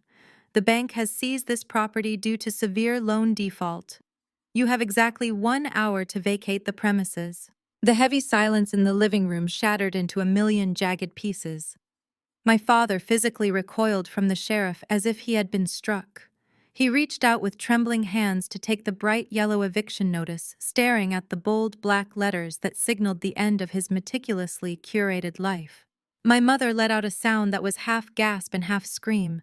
She collapsed back into her armchair, clutching the fabric of her expensive blouse as she struggled to pull air into her lungs. "This is a mistake," my father stammered, his voice completely devoid of its usual booming authority. "I have lived in this house for 25 years. The mortgage is paid off. You cannot throw us out on the street like common criminals. Let me call my attorney." "You are welcome to call whoever you like, sir," the sheriff replied, his tone remaining strictly professional and entirely unmoved. "But the bank legally seized this property at 9 o'clock this morning. The secondary loan secured against this deed has been in default for 90 days. My deputies will wait outside. You have 60 minutes to gather your essential belongings and medications before we secure the doors." The sheriff turned on his heel and walked out, the heavy front door clicking shut behind him with an awful finality. The reality of the situation crashed down on my parents with devastating force. My mother turned her wild, panicked eyes toward Preston, who had backed himself into the furthest corner of the living room. He looked like a rat searching for a crack in the baseboards. Chloe was frozen, her mouth hanging open, unable to comprehend that her lavish lifestyle had just rendered her parents completely homeless. I calmly reached across the glass coffee table and gathered my documents. I slid the bank statements and the foreclosure records back into my sleek leather folder. I looked at the 3 of them drowning in the exact same toxic waters they had tried to drown me in my entire life. "I told you Preston was a parasite," I said, my voice steady and completely void of sympathy. "You chose to value his skin color and his fabricated resume over your own daughter. You chose to protect his ego while he systematically stole your future. You have 58 minutes left. I suggest you start packing." I turned and walked out the front door. The sound of my mother bursting into hysterical wailing echoed behind me, but I did not look back. I stepped into my waiting car and told Marcus to take me home. The air felt incredibly light. I expected absolute radio silence from Preston after that night. I expected him to flee the city or hide behind a wall of cheap defense attorneys. But a cornered narcissist is a remarkably predictable creature. They always believe they can talk their way out of the trap. The next afternoon, I was sitting in my executive office at the Sovereign Tower, reviewing the final liquidation schedules for Preston Firm. My private cell phone vibrated on the desk. It was an unknown number. I let it ring for a few seconds before answering. "Nia, please do not hang up." It was Preston. His voice was hushed, breathless, and completely stripped of the booming corporate arrogance he had wielded like a weapon for the last 5 years. He sounded like a man standing on the edge of a very high cliff. "Make it quick, Preston," I replied, leaning back in my chair and looking out over the Atlanta skyline. "I need to see you," he pleaded, his words tumbling over each other in a desperate rush. Just you and me. No lawyers, no family, just 15 minutes of your time. Please, Naya, it is a matter of life and death. I know I have made mistakes, but I have a proposition for you. Something that will make you incredibly wealthy. We need to meet somewhere private. I smiled a slow, chilling smile. I told him to meet me at a rundown diner on the industrial edge of the city, a place where nobody wearing a tailored suit would ever be caught dead. When I walked into the diner an hour later, the contrast between us was almost comical. I was wearing a pristine, white-tailored blazer and carrying a Birkin bag. Preston was sitting in a sticky vinyl booth in the darkest corner of the restaurant. He looked utterly destroyed. He was unshaven, his eyes were bloodshot, and his clothes looked like he had slept in them for days. He jumped when I slid into the booth across from him. "Thank you for coming," he whispered, glancing nervously over his shoulder, as if he expected federal agents to walk through the door at any second. "You have exactly 14 minutes left," I said, placing my phone face down on the table. "Speak." Preston leaned forward, resting his elbows on the chipped formica table. He looked at me with pathetic, pleading eyes. "Nia, I know you have powerful connections. You sitting at that diamond sponsor table last night, you having access to those confidential banking records. You clearly know someone very high up at Apex Holdings. You might even be sleeping with one of the executives. I do not care how you know them, but I know you have their ear." He genuinely believed I was just a messenger.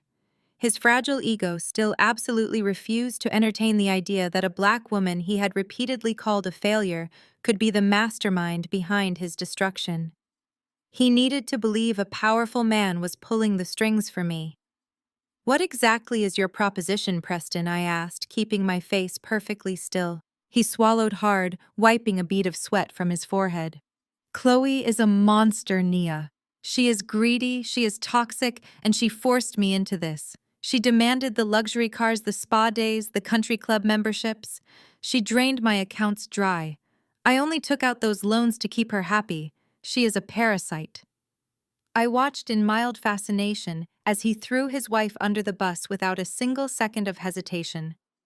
He was willing to sacrifice the woman who had worshipped him just to save his own skin. "I am leaving her," Preston continued, his voice dropping to a conspiratorial whisper. "I am filing for divorce the minute the banks unfreeze my accounts. I am cutting her and your parents completely out of my life. But I need you to talk to your connection at Apex. I need you to beg them to release the hold on my commercial assets. If they back off and give me 60 days, I can restructure the debt.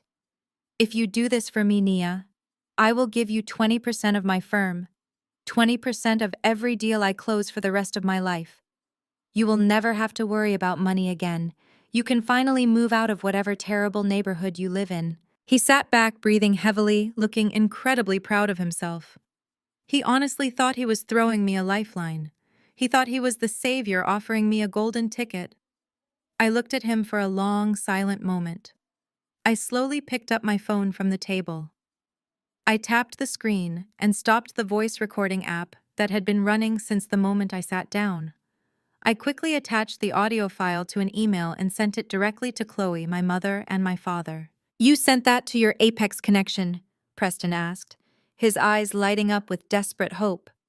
"No," I said, slipping my phone back into my bag. "I just sent an audio recording of this entire conversation to your wife and your in-laws.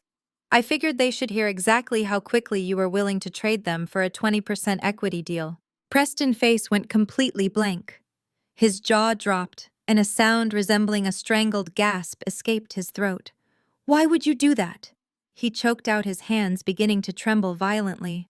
"You just ruined my marriage. You just threw away your only chance at real money." I leaned across the sticky diner table, closing the distance between us until he had nowhere to look but directly into my eyes. "You still do not understand, do you, Preston?" I whispered, my voice dripping with absolute lethal finality. "You are still looking for the man behind the curtain. You are still hoping that someone else is pulling the strings, because the alternative is simply too devastating for your pathetic ego to accept." I watched his pupils dilate as the terrible, chilling truth finally began to dawn on him. "I do not know anyone at Apex Holdings, Preston. I do not sleep with the executives. I do not run errands for the board. I paused, letting the silence stretch out until it was suffocating. I am Apex.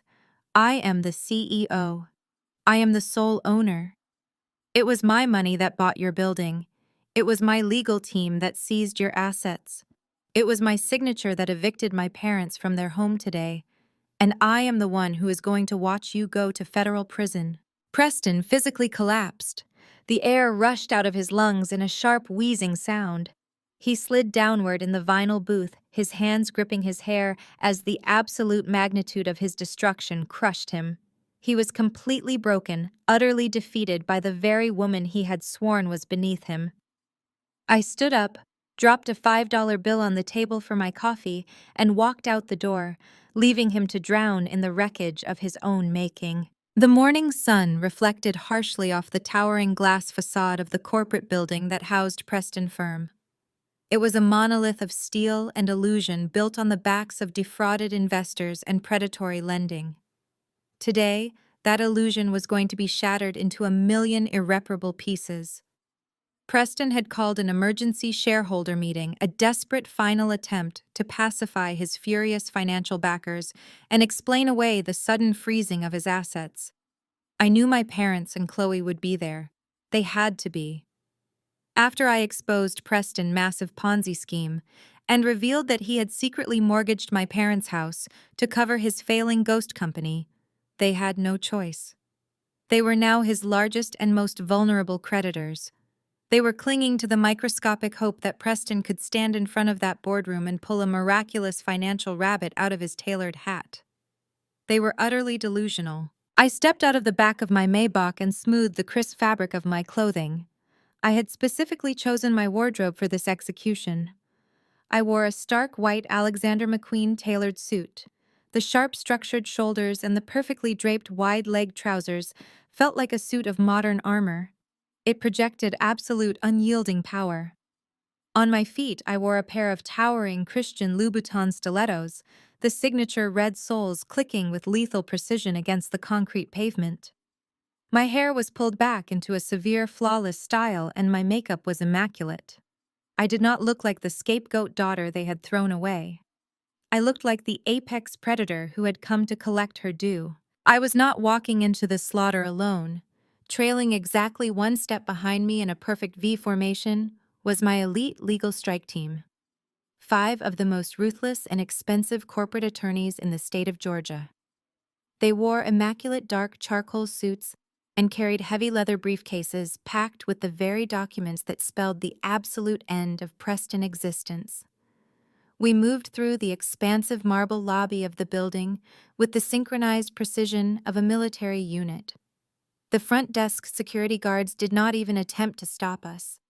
My lead attorney simply flashed a federal injunction and a stack of corporate takeover documents, and the guards immediately stepped aside, lowering their eyes.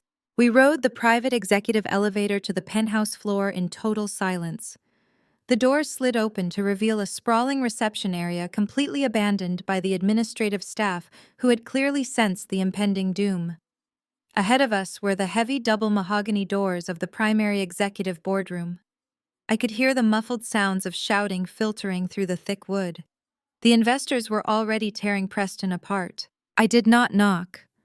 I placed my palms flat against the heavy mahogany and pushed the doors violently open. They slammed against the interior walls with a deafening crack that echoed like a gunshot. The shouting inside the boardroom ceased instantly. The silence that followed was so profound, it felt like all the oxygen had been instantly sucked out of the room. I stepped over the threshold, the red soles of my Louboutins sinking into the plush corporate carpet. My 5 attorneys fanned out seamlessly behind me, creating an impenetrable wall of legal authority. I slowly surveyed the room. The long mahogany table was surrounded by a dozen furious wealthy investors, their faces red with rage and panic. At the head of the table, Preston was standing frozen. He was sweating profusely, his expensive suit jacket discarded, his tie loosened, and his eyes wide with absolute sheer terror. He looked like a man standing on the gallows watching the executioner walk up the steps. Sitting in the plush chairs against the far wall were my mother, my father, and my sister. Chloe was wearing massive dark sunglasses indoors, desperately trying to hide her swollen, bloodshot eyes from the previous day revelations. She was visibly trembling, clutching a designer handbag to her chest like a flotation device. My mother looked pale and gaunt, staring at me with a mixture of profound confusion and rising panic. But it was my father who reacted first. His lifelong conditioning, his absolute refusal to see me as anything other than a useless failure, instantly overrode his common sense. He could not process the image of his discarded daughter standing in a room full of elite corporate players radiating more power and wealth than anyone else in the building. His fragile ego snapped. He pushed himself out of his chair, his face twisting into an ugly mask of toxic authority and condescending rage. "What the hell kind of sick stunt are you pulling now, Nia?" My father shouted, his booming voice shattering the quiet of the boardroom. He marched directly toward me, pointing a trembling, furious finger at my face. The wealthy shareholders sitting at the table watched the exchange in stunned bewilderment. "How did you even get past the security desk downstairs?" My father demanded, closing the distance between us. "This is a closed-door emergency meeting for billionaires and elite investors. We are dealing with a massive corporate crisis, and the last thing we need is you bringing your ghetto dramatic nonsense into this building. You have absolutely no business being here. You are just an ugly, uneducated college dropout looking for a handout. Get out of this room right now before I personally call the police and have you dragged out in handcuffs for trespassing." He stopped just 3 feet in front of me, his chest heaving, his face purple with absolute fury. He was trying to protect Preston. He was trying to protect the illusion of the wealthy white savior who was supposedly going to rescue their family from the foreclosure notice I had delivered yesterday. He was trying to assert his dominance over the black sheep daughter he despised. I did not flinch. I did not step back. I did not even blink. I just looked at him with a cold, hollow amusement. I looked at the man who had allowed my mother to abuse me, who had thrown me out on the street when I was pregnant, who had praised a con artist while calling his own flesh and blood a failure. I did not have to say a single word. Before my father could take another aggressive step forward, my lead attorney stepped smoothly and deliberately in front of me. He was a towering, imposing man with a cold, professional demeanor. He placed himself directly between my father pointing finger and my white Alexander McQueen suit. The attorney looked down at my father with an expression of absolute profound disdain. He did not raise his voice, but his words cut through the tense air of the boardroom with the sharpness of a guillotine blade. "Excuse me, sir," the attorney said, his voice echoing with devastating clarity. "You need to step back immediately. You are blocking the new chairman of the board." The entire room seemed to hold its breath. My father's hand dropped slowly to his side. The angry red flush drained from his face, leaving him a sickly ashen gray. His brain violently rejected the words he had just heard. He looked from the imposing attorney to my perfectly tailored white suit, and back to the attorney. His mouth opened and closed, but no sound emerged. Behind him, Chloe let out a sharp, strangled gasp that sounded like she was physically choking. My mother buried her face in her hands, letting out a low, terrified moan. Preston collapsed heavily into his leather chair at the head of the table, burying his head in his arms, completely surrendering to the reality of his total destruction. I stepped smoothly around the attorney and walked directly toward the head of the table. The furious billionaire investors, who had been screaming at Preston just moments ago, silently pulled their chairs in to give me a wide, respectful berth. I reached the head of the table and looked down at Preston's shaking form. Then I turned my gaze back to my father, who was still standing frozen in the middle of the room, looking completely and utterly destroyed. I placed my hands flat on the polished mahogany table, claiming the room, the company, and my ultimate revenge. The silence in the boardroom was absolute. I looked around the table, making deliberate, unwavering eye contact with every single billionaire investor and board member present. These were men who had spent their entire lives commanding rooms just like this one. But right now they were completely captivated by the black woman standing at the head of their table. "Gentlemen," I began, my voice ringing out with crystal clarity. "My name is Nia. I am the founder and sole owner of Apex Holdings. For the past 6 months, my acquisitions team has been conducting a forensic audit of this firm. What we found was a house of cards built on staggering financial fraud. I gestured slightly, and my lead attorney began passing thick-bound dossiers down the length of the mahogany table. The investors scrambled to open them, their eyes scanning the highlighted figures, an undeniable proof of their impending ruin. As you can see on page 4, I continued pacing slowly behind Preston. Apex Holdings has systematically purchased every single one of your outstanding bonds. We have acquired all your bad debt. We bought the leveraged commercial mortgages, the defaulted bridge loans, and phantom equity portfolios. We own it all. You are no longer answering to a consortium of banks. You are answering exclusively to me. Murmurs of shock and outrage rippled through the investors. One of the older men at the far end of the table slammed his fist down. He told us we were fully capitalized, he barked, glaring at Preston. He guaranteed a 20% return by the fourth quarter. He lied to you, I stated flatly, holding the man gaze. He lied to all of you. Preston firm has not generated a single dollar of actual profit in over 3 years. He has been taking your new capital and using it to pay off the early investors. He has been fabricating property deeds and inflating asset valuations to secure more funding. This is a textbook Ponzi scheme. Preston sprang up from his leather chair, his face a mask of desperate panic. He slammed his hands on the table, trying to reclaim the authority that had just been stripped from him. "Do not listen to her," he screamed, his voice cracking with hysteria. "She is a bitter, vindictive liar. I can fix this. I just need a 60-day extension on the bridge loans. The downtown development project is going to close next month, and we will all be incredibly rich.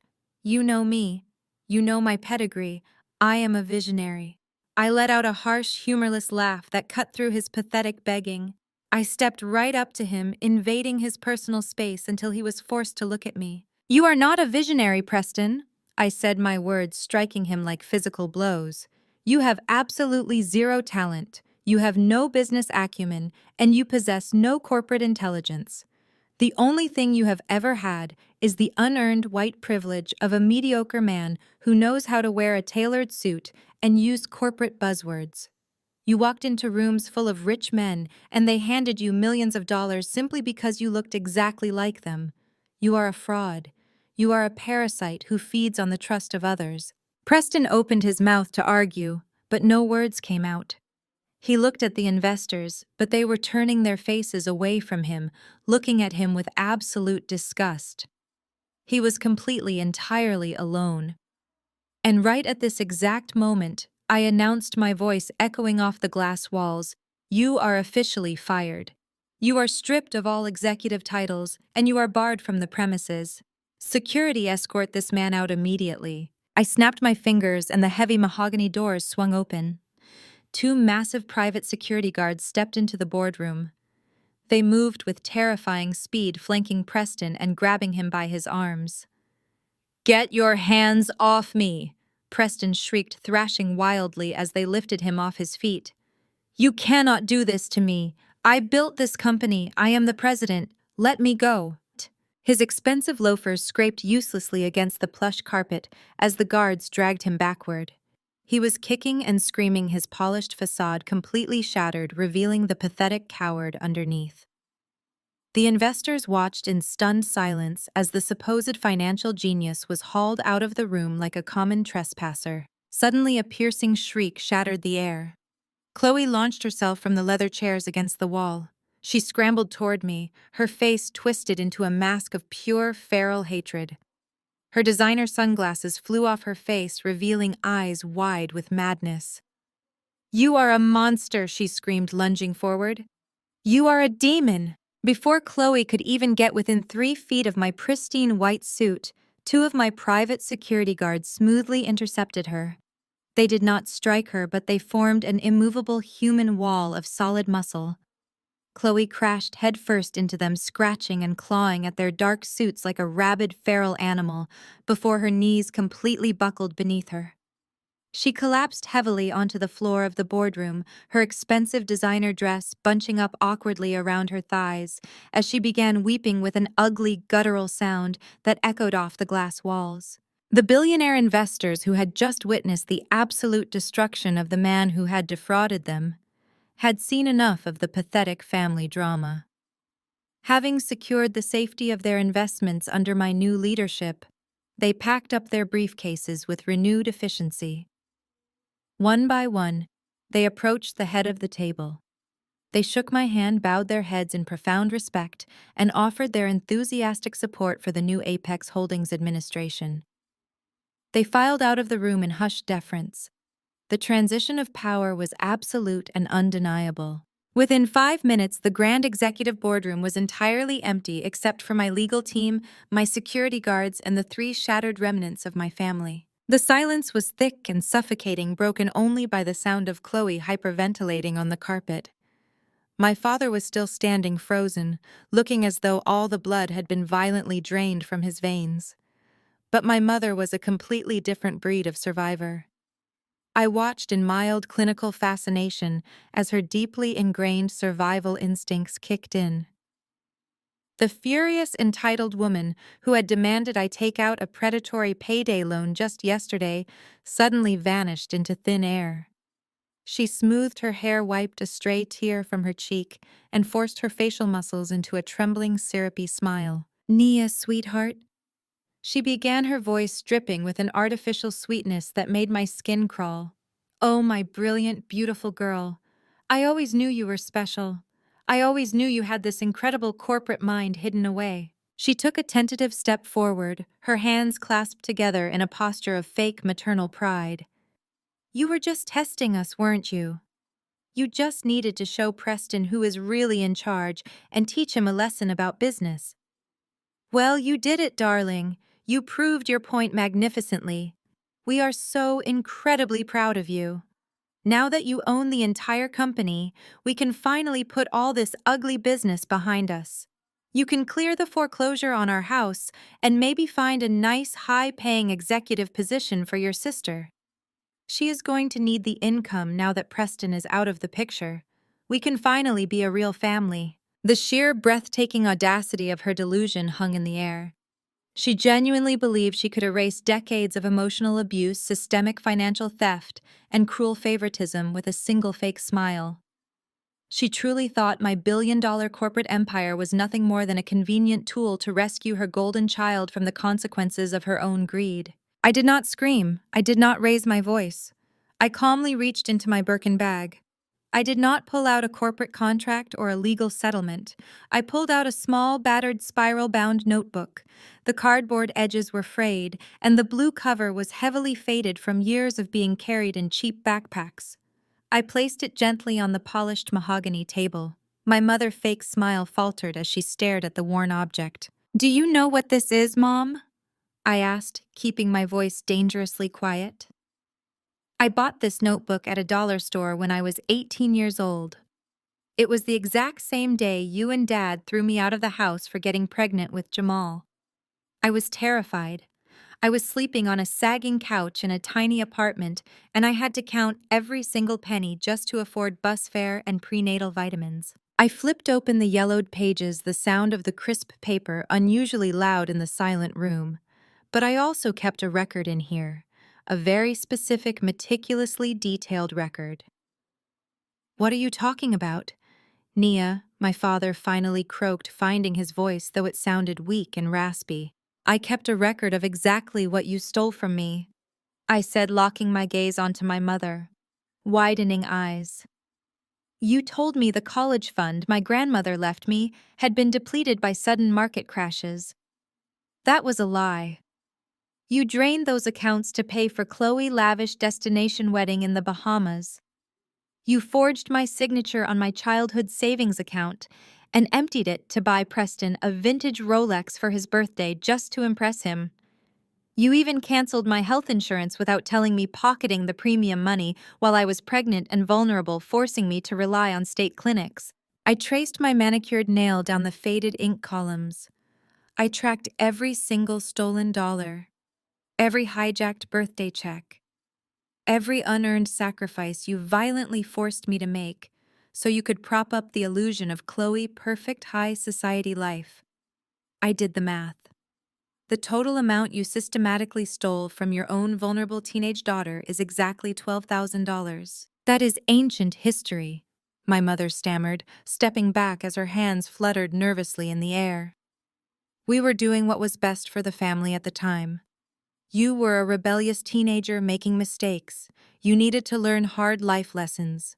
We are your parents, Nia. You owe us your respect and your gratitude. I owe you absolutely nothing. I countered, my voice slicing through her pathetic defense like a steel blade. I opened my custom leather checkbook and unclipped my gold Mont Blanc pen. I wrote out a check with smooth, deliberate strokes.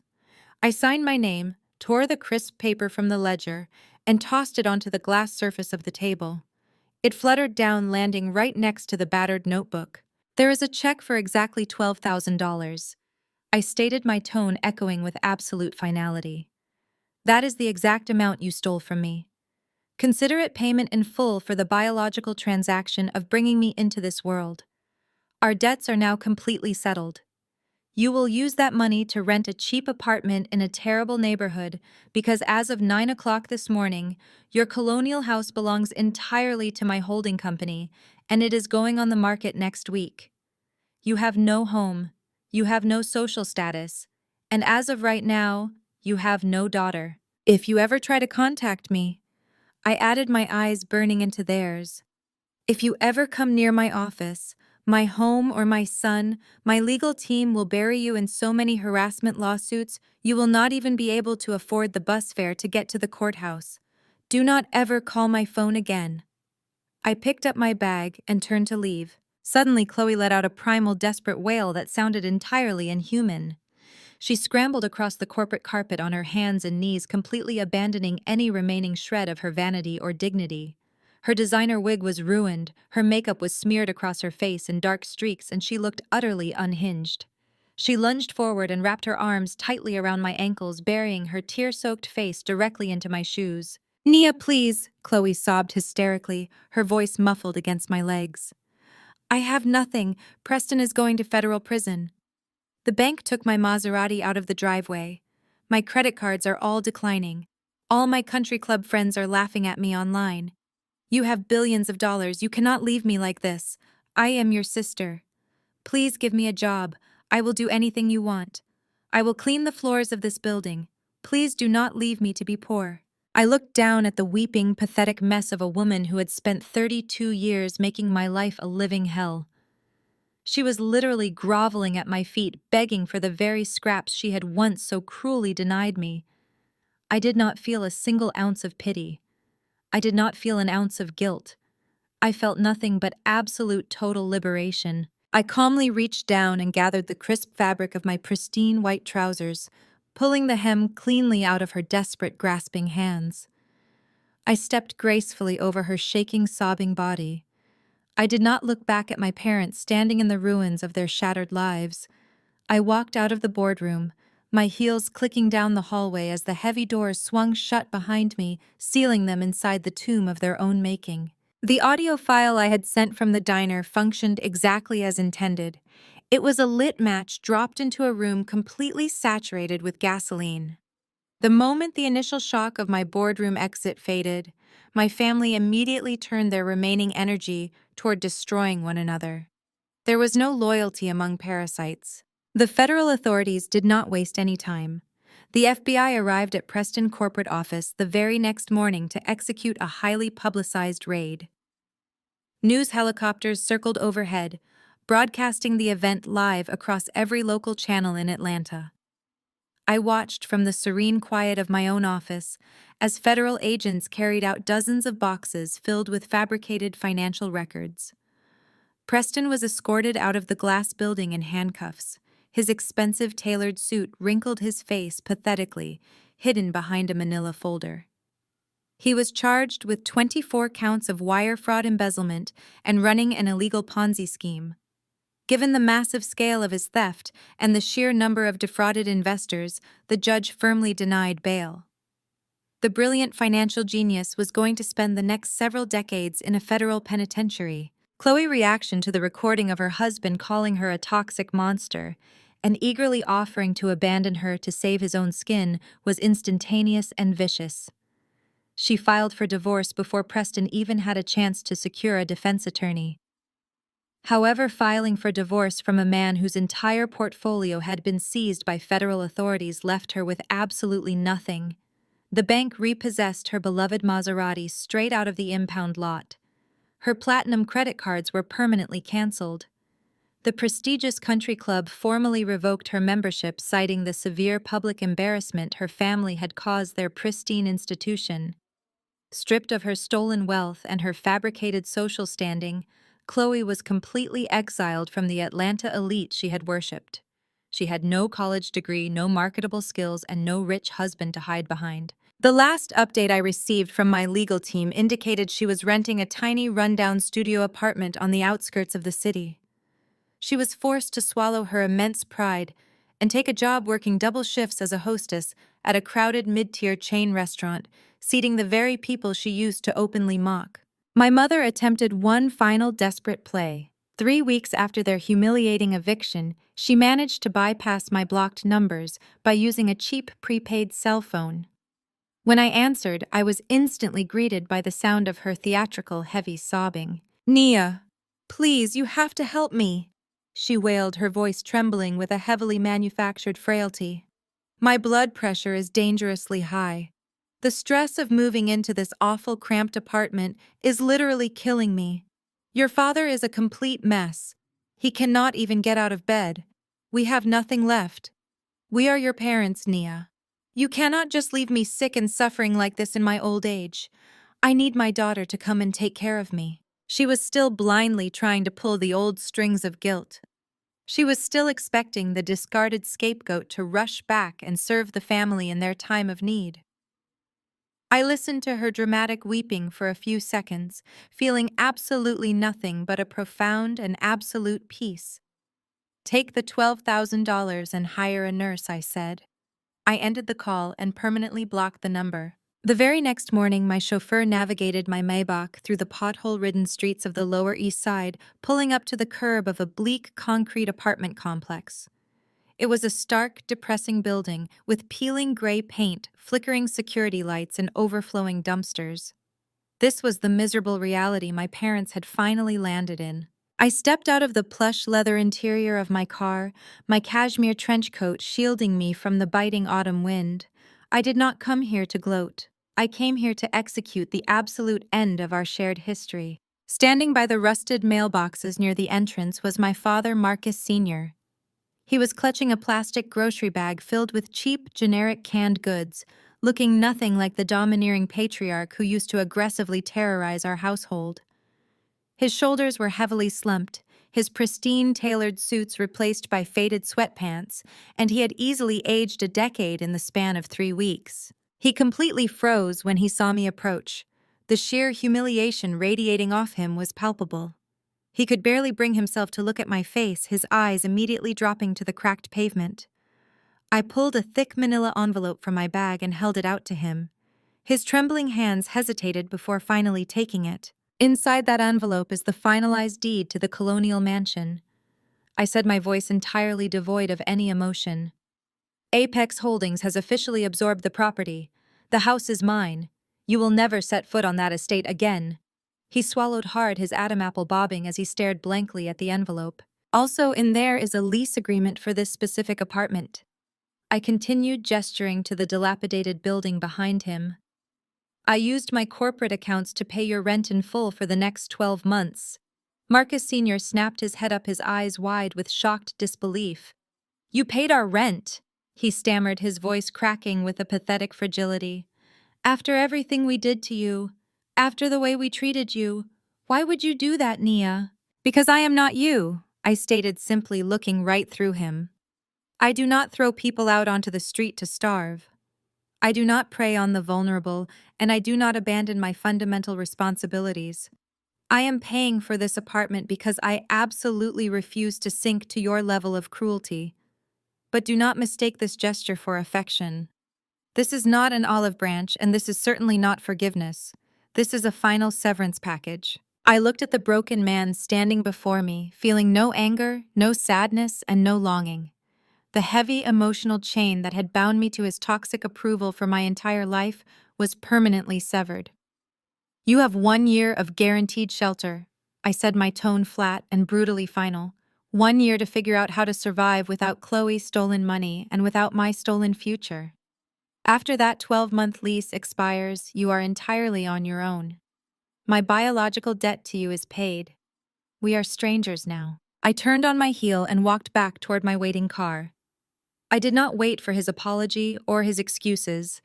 I simply let the cold wind and the heavy silence speak for themselves. Marcus Sr. stood frozen on the cracked concrete, clutching the manila envelope tightly to his chest.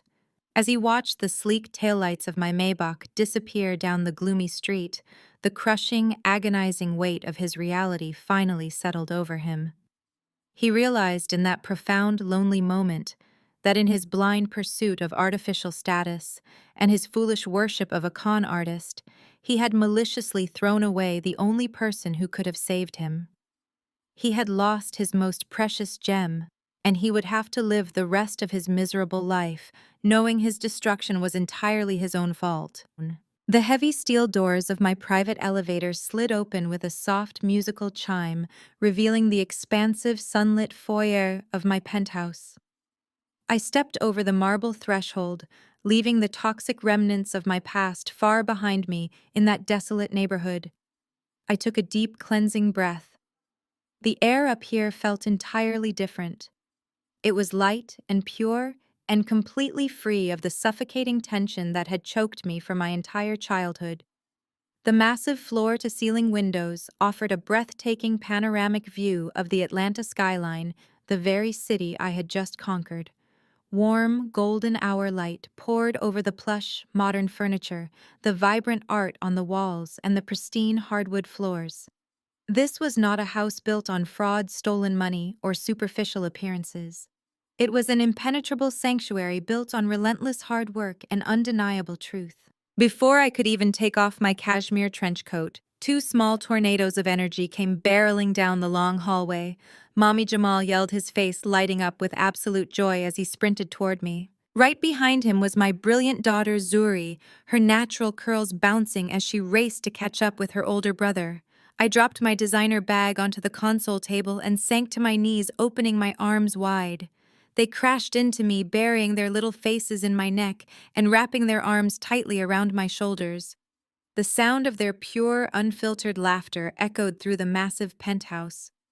I held them close, breathing in the sweet scent of their hair, feeling a profound, overwhelming surge of gratitude. This was my real wealth. This was the empire that actually mattered. Dinner that evening was a loud, chaotic, and beautiful affair.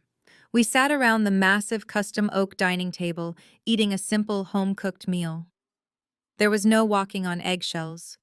There were no snide, passive-aggressive remarks about my appearance or my career choices. There was no golden child to compete with, and no impossibly toxic standards to meet. We just talked and laughed and shared stories about our day. We spilled juice, and we made a mess, and we simply existed in a space overflowing with unconditional love. It was a space entirely devoid of toxicity and absolutely free of judgment. Later, as the evening settled into a quiet calm, I walked over to the towering glass windows and looked out over the glowing city. I turned slowly to face forward, looking directly into the lens of reality. They called me a failure because I refused to live by their definitions. They stripped me of everything just to build their fake facade. But they forgot one crucial thing. You cannot bury a seed. Revenge is not about screaming or hitting. The sweetest revenge is standing at the pinnacle looking down as the people who trampled you destroy their own lives. I am Nia, and I have taken everything back. A heavy rhythmic bass dropped, filling the space with a powerful, soulful rhythm and blues melody. The music swelled, surging with an undeniable, triumphant energy as the sprawling, illuminated skyline slowly faded to black.